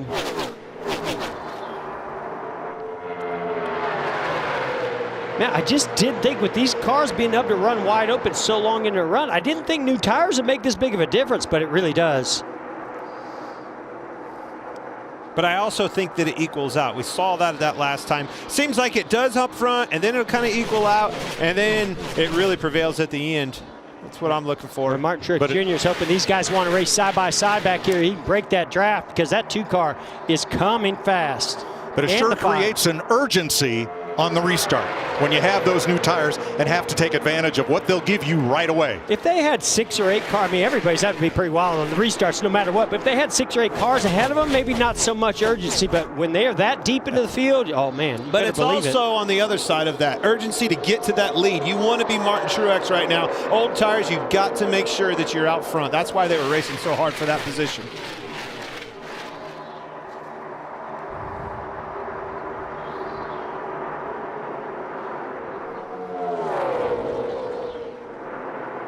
Denny Hamlin trying to spoil Truex's party. Man, look at him trying to crowd Martin Truex Jr. Yep. What happened? Remember last week? I was going to say, vice versa. That looked just like last week, and we know how that made Yes. Martin Truex Jr. feel. He was not happy with Denny Hamlin. Nope. He isn't right now. Well, that really opened up the door for Larson rolling around the bottom here. He's going to get side by side with second place Martin Truex Jr.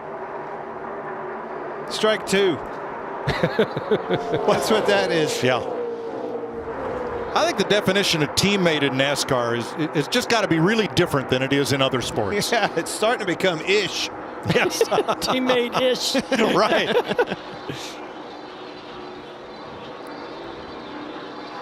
Truex comes right back at his teammate-ish. That doesn't sound right, does it? Is he going to crowd him up? Yes, he does. Yes, he does. Great run, coming right back at him. Going to drive it off in there really hard. Oh! You cannot let it. Well, he got clear there. That's Truex was trying to stay on his quarter panel. Here comes right Larson. to the outside. He's going to get there to the quarter panel of the 19 now. And that's going to bring Keselowski right to them with a run. Here comes the deuce. Where's he going to go? Whoa! I was going to say, who does he go with? Got to be careful doing that. Oh, now he drove it off in there too hard, got loose. Yeah, 5 car got loose down to 3 wide. That's a pretty risky play right there. Pretty early in the race with 73 to go to be pulling that block like that. I understand where's he going to go, but I don't think Brad understands with. Not in that case. Well, not on that lap. I know what Brad really wanted to do. He wanted to go to the inside, go 3 wide. Right. With the 5, put this block on. There it is. You can see he had the wheel turned. He was going there. Yep. Brad was committed to go to the inside. Great racing here in Las Vegas. And there's still 72 laps to go. And great run by the Kyle Larson to get to the outside of the 19. Go to second. Now here comes the 2-car Keselowski. All right, as they jostle and jockey for position, let's check with Larry Mack and his Ford Performance cutaway car. Yeah, Mike, earlier Jeff and Clint was talking about this package here. And yeah, it has to do with aero, but it also has to do with a tapered spacer underneath the throttle body. These engines without that tapered spacer makes almost 900 horsepower. The tapered spacer we run here reduces that horsepower to about 550. Now, next week at Phoenix, being a 1-mile track, it'll be a little bigger, 750 horsepower on our Ford Performance cutaway car. Thanks, Larry. Well, it's settled out just a little bit single file here. One fella I was really hoping could have a good day here, Josh Bilicki, who drives for Rick Ware Racing. His sponsor, Chuck Brennan, laid $10,000 down on the nose on that car in a Las Vegas casino. If Bilicki had won today, $10 million would have been the payoff from the Circa. And his sponsor said that would have paid off the loans of every one of his customers in the whole state of Nevada. Wow. And bought the Brooklyn Bridge. But, you know, great promotion. We're sorry Josh is 9 laps down in the 52. There he is. But what a great promotion. Great marketing right there. Speaking of great, used him as a great pick right there is what they did. Yep. William Byron back at it. Took advantage of those two, Brad Keselowski and Martin Truex racing hard right there as they used a pick going around. Bilicki really capitalized on that. Yeah, but look at that big run by the two. Brad Keselowski goes right to the outside of William Byron, going to get that spot back.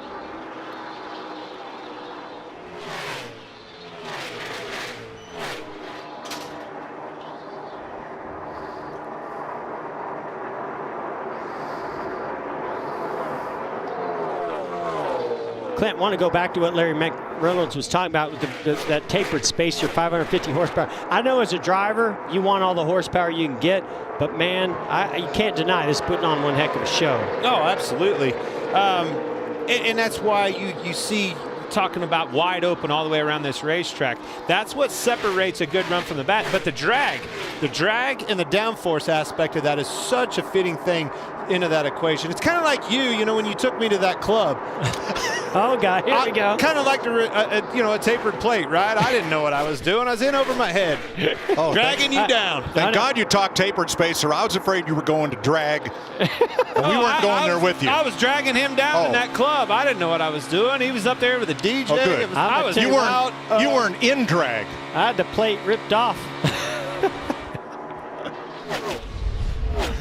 Denny Hamlin leads by a thin margin as DJ Jazzy Jeff and the Prince of Emporia. Oh, yeah, the Prince. Oh, my God. Oh, man. They got it going on.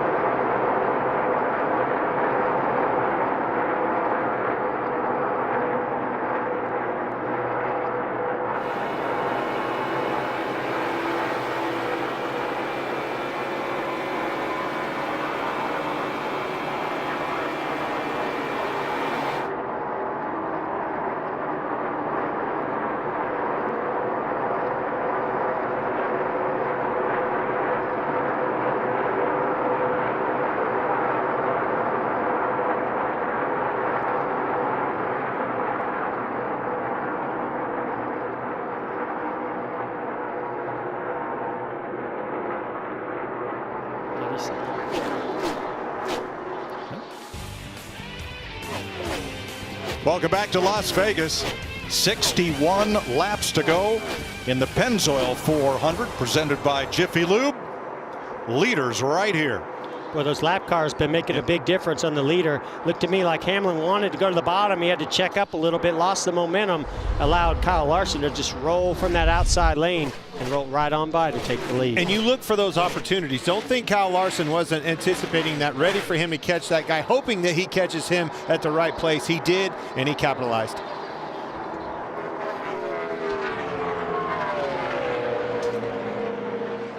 Wednesday, the Big East tournament tips off at Madison Square Garden. Who will take the conference crown? Catch all the action March 10th through 13th. It'll be on Fox, FS1, and the Fox Sports app.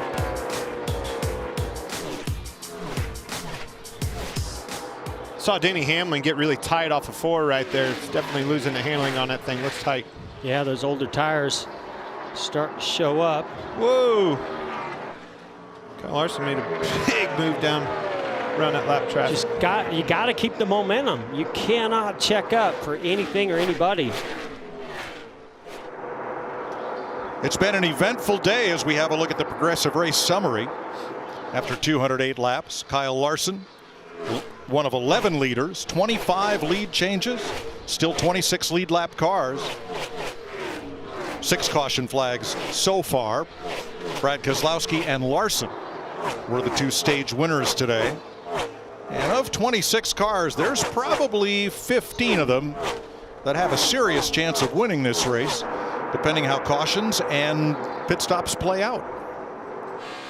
Had a lot of side-by-side, 3 wide, even 4 wide racing today.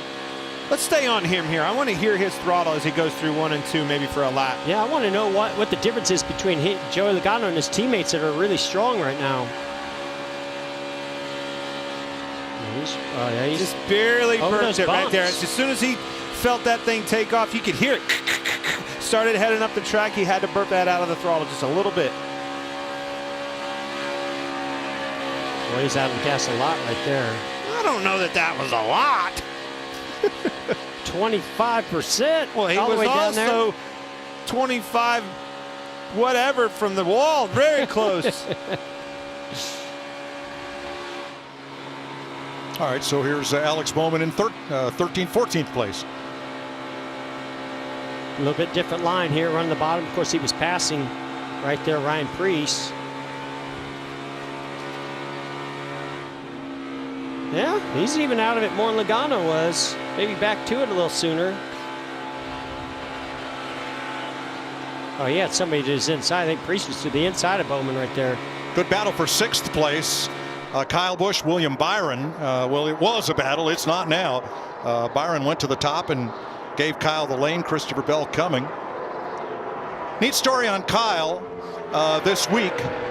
He's carrying the colors of M&M Mars Premier Candies, and they're made right here in Vegas at a place that Kyle's grandmother used to take him as a child. No way. And it just all came back to him. It's a pretty cool deal. That's a cool story. Yep, and here it is on his race car. I thought M&M's were pretty premier around in Kansas where I'm from. I need to look into this deal. Blaney and Truex 4th and 5th. How about Eric Jones in 10th place? Yeah, and he stayed out. He's on those older tires that some of these other guys up front are. So nice job, nice run here in the top 10 by Eric Jones.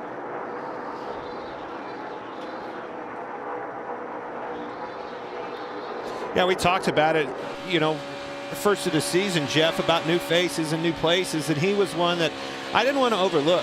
I think he brings a lot to the 43 stable, and I think he's a heck of a race car driver and is going to do good in that thing. Yeah, I don't understand why it didn't click for him over Joe Gibbs Racing. I expected more, but we know he's a great race car driver. 2nd place here, Ford versus Toyota. Of anybody out there that I think has something for Kyle Larson, it's that 2-car Brad Keselowski. Yeah, or Blaney, his teammate. He's going to have to do some catching up, but I agree. I think those Penske cars, if anybody has anything for him, it'd be them. Pit stops coming here in the final stages at Las Vegas. We'll take you side by side.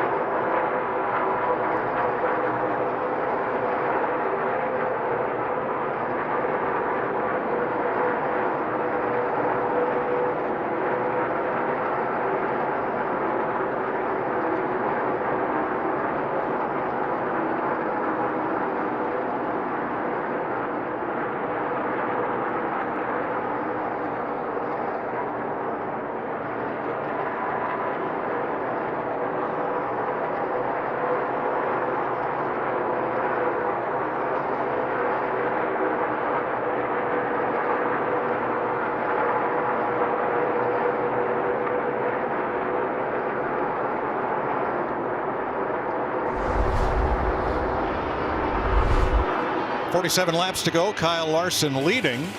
As you watch from our aerial coverage provided by Goodyear, drive always discovers possibility. Goodyear, more driven. Green flag pit stops have begun. Ricky Stenhouse has completed his, and now so has Ryan Newman. As Kyle Larson has now been out in front for 68 laps. He's led 5 times and led the most laps of any driver in today's race. Larson was the leader at the start of the last green flag cycle by 0.6 of a second, and by the time that cycle was over, he had opened it up to 6 seconds as William Byron and Christopher Bell come to pit road. Jamie? Christopher Bell doing a really nice job today. He looked forward to this race. They've made minor adjustments on that 20 car. Just a 4-tire stop here, Regan. Well, William Byron just got within their window a few laps ago. Said, let's go ahead and pit right now. He has been quiet on the radio, happy with that race car. Martin Truex comes to pit lane along with his teammate Kyle Busch. Matt DiBenedetto's in. Jamie. Kyle Busch's main problem has just been building tight, so the longer the run goes, it just gets harder to turn that wheel. They've been adjusting it with air pressure and 4 tires for him here. Back to you, Regan. Well, great performance today by Martin Truex team and his crew chief James Small. That car was not very good early. It's been tight all day long. They finally got it where he wants it, and it's got great speed right now. Eric Jones and Austin Dillon have stopped. Here comes Denny Hamlin to the pit lane.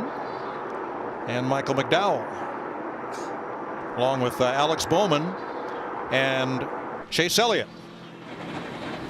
Jamie.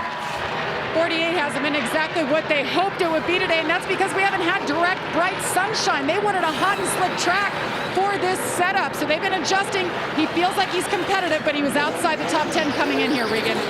Denny Hamlin came on the radio about 5 laps ago, said really tight right now. They said pit shortly thereafter. Joey Logano, Kurt Busch in, and here's Ryan Blaney coming in.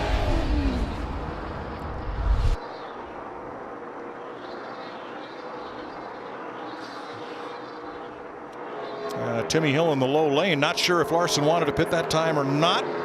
I think he did. He's on pit road. Yep. Gave Brad Keselowski a huge opportunity to catch him.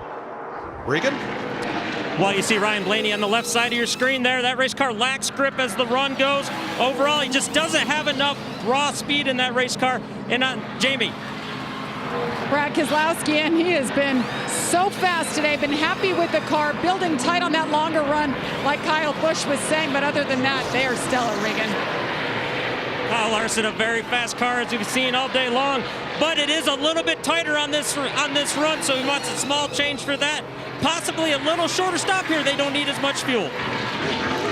Kevin Harvick pits from 3rd. Daniel Suarez, the new leader, from Cole Custer.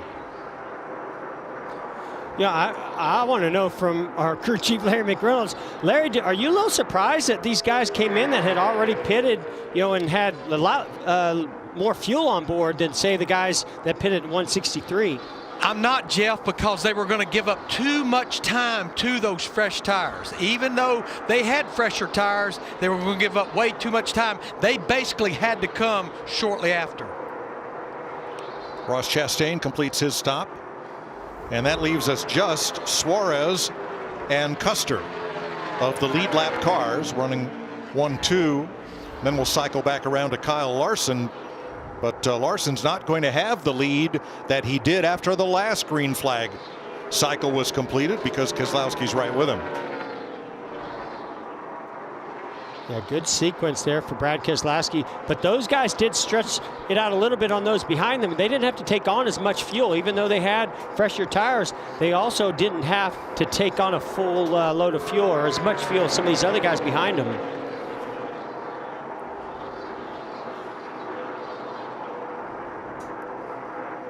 When you talk about practice and things like that, you're looking at the 5-car Kyle Larson and thinking about what he had to do, what he had to accomplish on that last green flag pit stop. That's where I feel like lack of practice and seat time would hurt you. And I saw he got beat pretty bad by Brad Keselowski getting on a pit road.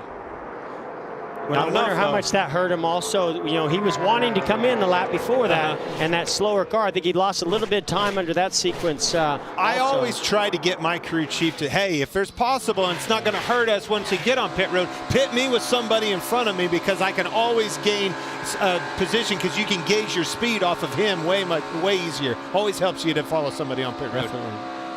Well, let's take a look at today's pit performance, sponsored by Jiffy Lube. Fastest stops on the last stop, including lead lap cars that took 4 tires. Alex Bohm and Martin Truex, head of the class. So Suarez, the leader, he's now the only car that has not pitted in this sequence. Well, they gambled that last time under green, right, to try to hope that they'd catch a caution. Now they're going to try it again. Cole Custer was the other one. Suarez team, this Team Trackhouse, brand new team for 2021, and they just put together an hour-long documentary film that's available on YouTube about how they got the team started and the challenges they faced over the first 3 races of the season. Very, very well produced. Worth a look. Yeah, pretty cool story of this new ownership group.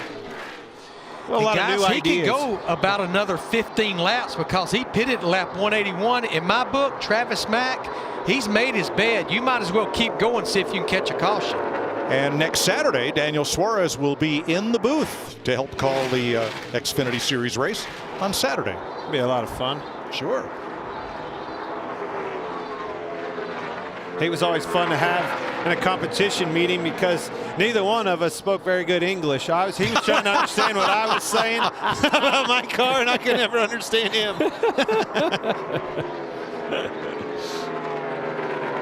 Well, he has a lead of 9.5 seconds that Larson is eating away at by about 7 or 8 tenths of a second per lap. Well, it goes back to what Larry McReynolds was talking about. You know, you just can't stay out there too long. Even though these guys are running pretty close to wide open, those older tires, as we're seeing here, you know, what's that? Over 1.5 seconds about, you know, difference for our leader right now on those old tires.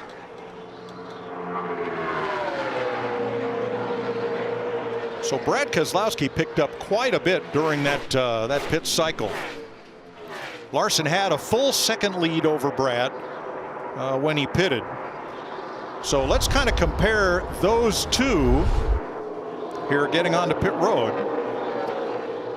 Yeah, they're both pretty aggressive getting to the line. I really think that the difference might be on the pit stop, but also that little bit of time lost on the racetrack the time before that, when Larson was wanting to come to pit road. So using our ghost car. How cool is this technology? Yeah, I was going to say, I like it. It's awesome. But Jeff and Clint, we did see where Larson was on the brakes quite a bit earlier than Brad Keselowski. But he also had more to lose, Larry. And that's the point that I want to say. As a leader, the only thing you don't want to do is beat yourself in this scenario. And he spun the tires really bad out of that box, too. I actually thought he was going to get beat out. And then right at the end, got the grip and took off. The 2-car didn't win. All right. That's not right. No, that was the last. Oh, man, come on, man, put it out. Had they pitted on the same lap, that would have been the result. I was teasing. I was trying to mess with Jeff a little bit, and it worked. It's not hard to do. Yeah.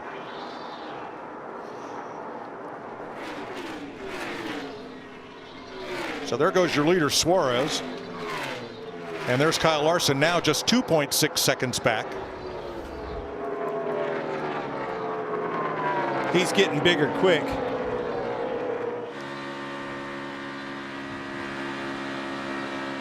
Suarez running out this tank of fuel, and his tires have 44 more laps on them than Larson's. Now it's 1.2 seconds. And soon it's going to be no new seconds. Leader. Yeah, new leader, number 5.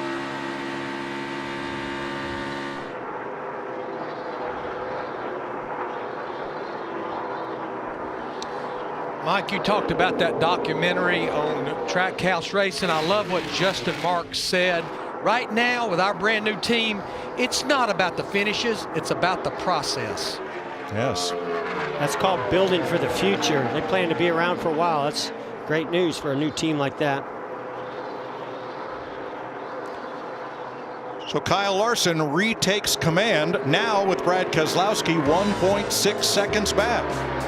29 laps to go as we take you side by side.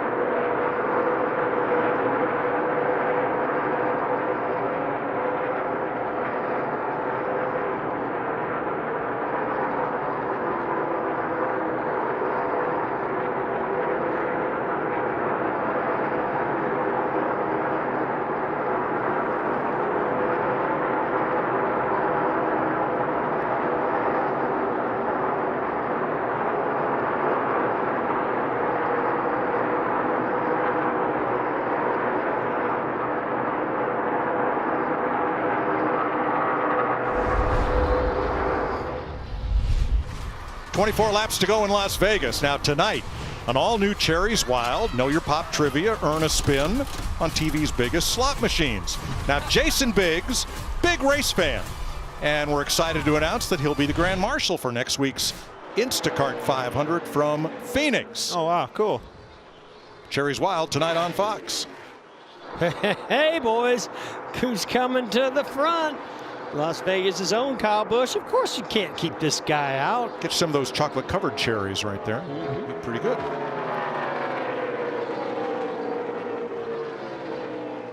Needs a strong run right here. That's going to help him get established for next weekend. You know, you get behind in this thing, and it's really hard to catch up because of your pit stall, because of your starting position. You're always playing catch-up. Hey, caution comes out. He might be a factor. We know how good he is on those restarts, talking about Kyle Busch. Phoenix next week, as we've mentioned, then Atlanta. And in 21 days, bring your work clothes, boys. Oh, baby. Gonna get dirty at Bristol. Bring your goggles. Goggles, and not your new shoes. And your tear-offs. Christopher Bell, one of those who's really looking forward to the first time the Cup Series has been on dirt since 1970. Kyle Larson leading in a Chevy, Brad Keselowski in a Ford, and look at the Gibbs running order, 3, 4, 5, and 7. Now, only thing disappointed about that stat is it's not a first right now. They're not leading, but curious to see what happens here as this race unfolds to the end. But that's a strong showing for those Gibbs guys, and they needed that today. Solid all the way through. A lot of depth. That's what that's. So Kyle Larson leading this race by 2.5 seconds. Is he, Clint, in one of your surprises to lead this race and have a chance to win, Mike, or in one of Jeff's usual suspects? Where does he fall? He's no surprise. I mean, we've seen how Hendrick cars have been strong We saw Larson was strong last week. He certainly wouldn't be my surprise, but he also hasn't won on a mile and a half, so he might be on somebody's list of surprises. I think you can say anticipating, right? I was anticipating seeing him in this opportunity, see if he could make the most of it. We all know his capabilities, and we all thought, man, he would be lights out here, he'd be lights out there. He's shown the speed, but he can't seal the deal. You get him in this opportunity that we were all ready for. Maybe today's the day. Well, I would not have picked him as a favorite. 9 runner-up finishes on a mile-and-a-half track, but not a victory. Yeah. And yet here he is leading this race with just 19 to go. I'd say Rick Hendrick has a way of making you a winner, right, Jeff? Yes. Good point. There's Cliff Daniels, crew chief for Kyle Larson. So, you know, you think about it. We've got the 48, the number and the sponsor moved over to Alex Bowman, Greg Ives. But this team was the Jimmy Johnson team of last year with Cliff Daniels leading that. Here we go on board with that Ally Chevrolet. Putting your polecat a lap down right here. Man, this is the last thing I thought we'd be talking about or seeing today. And not just because he started up front. We've seen him run so well and dominate here, yeah. So Kevin Harvick goes a lap down, our point leader. Michael McDowell, long odds to win the Daytona 500, but he did, scoring his first Cup Series win. Week 2, Christopher Bell, was never a question of if Bell would win, a question of when. But nobody thought it'd be that soon, and nobody guessed it'd be on the road course at Daytona.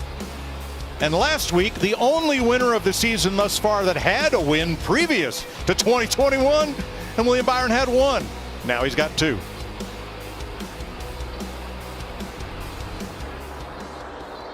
But even that one, Mike, was still a surprise because it was Homestead. That track. Oh! I'm sorry, off of turn 4. Alex Bowman trying to get to pit road. And he almost collected Anthony Alfredo. But that'd be a penalty right there. He did get to pit road, but he was split the box. He didn't have all 4 underneath the box. He was in 9th place. Here's the Ally cam to show us what happened. He's got a tire down. Yikes! Whoa, right there. Mike, that's what I saw. That's I know. in my eye. Morning, guys. I got a flat. 3. What a heads-up job. Did a good job of getting that thing to pit road, but so got wiped out. He stops for a change of tires, and Anthony Alfredo will stop for a change. Yes. Maybe. Left rear tire was down on Bowman's car. Now the question is going to be whether he has a penalty coming to pit road that late. Was he speeding coming in? That'd be a yes. Black flag is out. Too fast entering. That's too bad. Bummer. Saved their day, though. I mean, we just saw that with the 10 car. Did the same exact thing, got into turn 1 too fast, in their day on the wall. That could have just as easily happened with that 48 car. Here he comes again. So officially, it's a commitment line violation for the 48, and that'll take us down to 19 cars on the lead lap. The last of whom is last fall's winner here, Kurt Busch. Let's have a look at his younger brother, Kyle, who's climbed to 4th place with 13 to go. Jamie?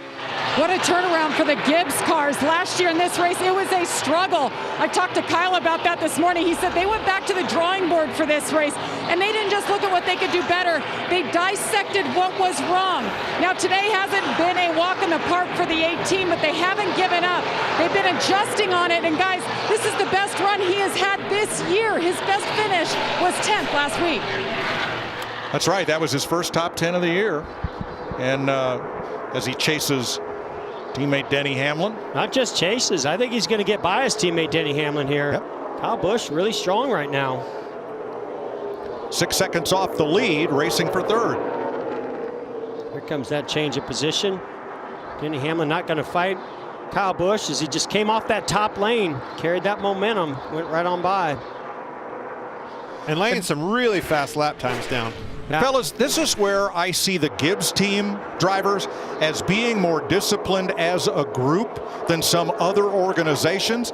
They don't often fight each other for a position And now I'm thinking back to Hamlin and Truex earlier. Yeah, what are you talking earlier in the race? And I'll just an hour ago. Maybe these I'll two. be back. Maybe these two at Joe Gibbs. Yeah, okay. But it's also later in the run, Mike. At this point in the run, the tires are old. You kind of know what you got. You see what's happening around you, and you know, it hurts you both. Guys run you down, and you're like, you know what? That's the right thing to do. And I think even if that was Truex, these guys would do that, but not early in that run when they're 2 and 3 wide.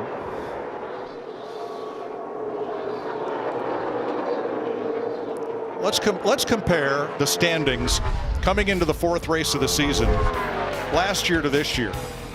And you see the names in red on the left that are not in the top 10 now, the names in green on the right that have replaced those drivers.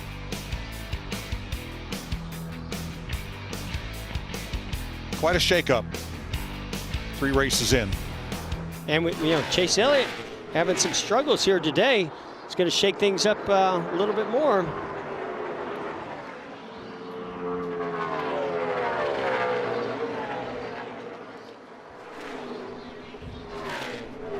Michael McDowell, first car 1 lap down in the lucky dog position there in 17th. And Chase Elliott up to 13th. He's gained 4 since the last restart, but had a spin of his own early in the day, which pretty much took him out of contention. I will say, yeah, and he was strong earlier. If you're going to have a bad day, you hope it's a 12th or 13th place finish. A lot of traffic here for our leader. You know, this is that moment. You're coming 7 to go, and you're just watching every car in front of you, trying to pick and choose your line, trying to make sure there's no vibrations, no cautions. You just don't want cautions. And then behind you, those guys are praying for a caution because they know that would completely change how this race could end. Well, the best thing that Kyle Larson has is that 3.3 seconds in the bank on the 2nd place car of Brad Keselowski. He can take a little more time working his way through these lap cars. The other thing I see, though, and it always lends itself to caution, is this sun's back out. The track's going to be slicker. They're going to be slipping, sliding around in this traffic, heavy traffic like you're talking about. This is that opportunity for that caution that we're talking about. Yeah, 6 to go. And then I'd say, what caused that left rear tire to go flat, go down for Alex Bowman? Is there a piece of debris out there? Guys, the trend ship has sailed. I gave up on trends this week, but I will say both Las Vegas races last year, we had a caution in the last 10 laps. Ooh. Oh, boy. So I'm saying there's a chance. This graphics, we talked about this in the Daytona 500. The colors were different, but the graphic scheme that's been chosen for Kyle Larson's car, very reminiscent of what adorned the truck and the Busch Series car of Ricky Hendrick. Looks in these colors, looks just like it. Identical. Yeah. What a wonderful tribute. Not only that, I mean, the history of this 5 car going back to the beginning of Hendrick Motorsports. First car number was the number 5. So you take those 2 combinations, and I can tell you the paint scheme on this car, the sponsor in this car, and the number on the side, and then adding Kyle Larson to the driver's seat. A lot of emotion in this race car for Rick Hendrick. It's an oft-told story. Car dealer Rick Hendrick came in NASCAR, asked so many questions that NASCAR wondered, what was he trying to start a rival race series? Was he trying to take over? What? Asked so many questions and formed his own race team with Harry Hyde. They ran some races, and they were 1 race away from shutting down for lack of funds, and Jeff Bodine won that race at Martinsville. And Hendrick Motorsports was off and running. And the rest, as they say, is history still in the making. Man, these guys are right on the fence in 3 and 4. 1 and 2, not so much, but I mean on the fence in 3 and 4.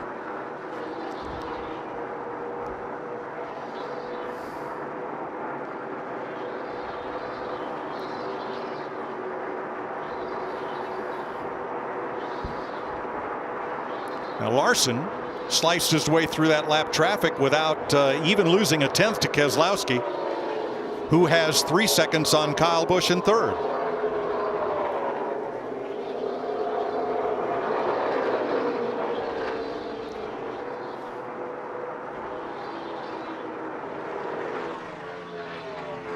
Starter has the white flag in hand. And if you're that leader, just get around there, hurry, hurry, hurry. That's all you can think about is getting over there to that line. And here it comes. White flag, 1 lap to go. Sponsored by Credit One Bank.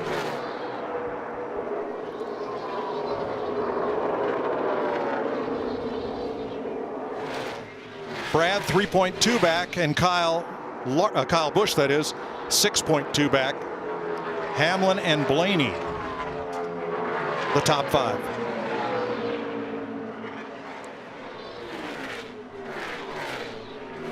Going to shake up the points. Going to put Hamlin to the top, Keselowski, and then Larson, as Kyle Larson wins Las Vegas. Hell yeah, guys. Great job.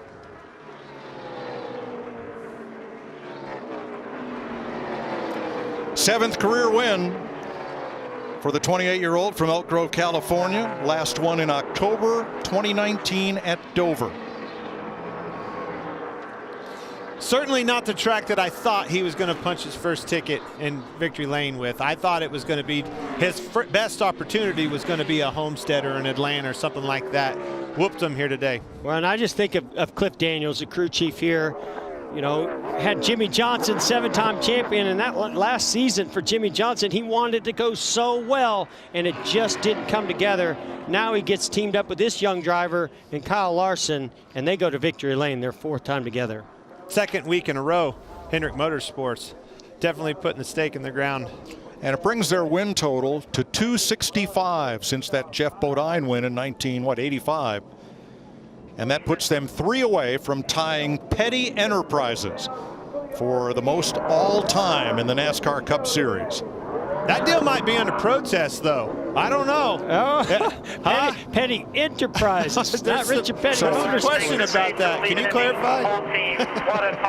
Could be a topic on Race Hub. But the team started by Lee Petty, continued by Richard, and run as Petty Enterprises. Now has 3 more.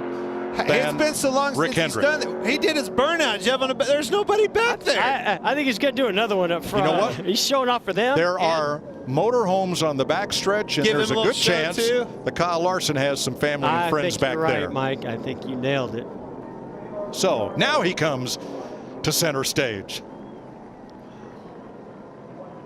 After a big win over Brad Keselowski by 3.1 seconds. I think you're going to see some emotion here. Yeah, I agree.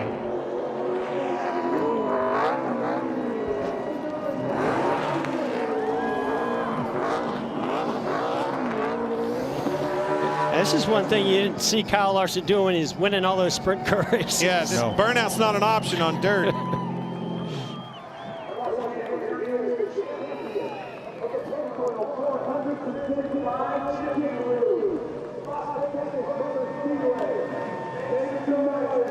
Kyle Larson's return to the NASCAR Cup Series takes a big step forward today.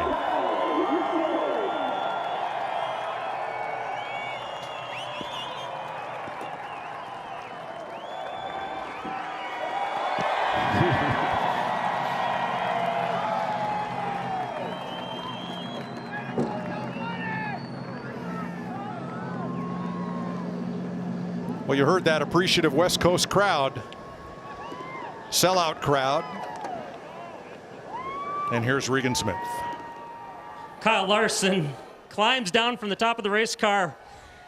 Kyle, we knew you were going to be quick when you came to Hendrick Motorsports, but today you were dominant in this race. Yeah, thanks. It was such an awesome race car. Cliff and everybody did a great job preparing this piece. It was so much fun to drive. I could go wherever I wanted to.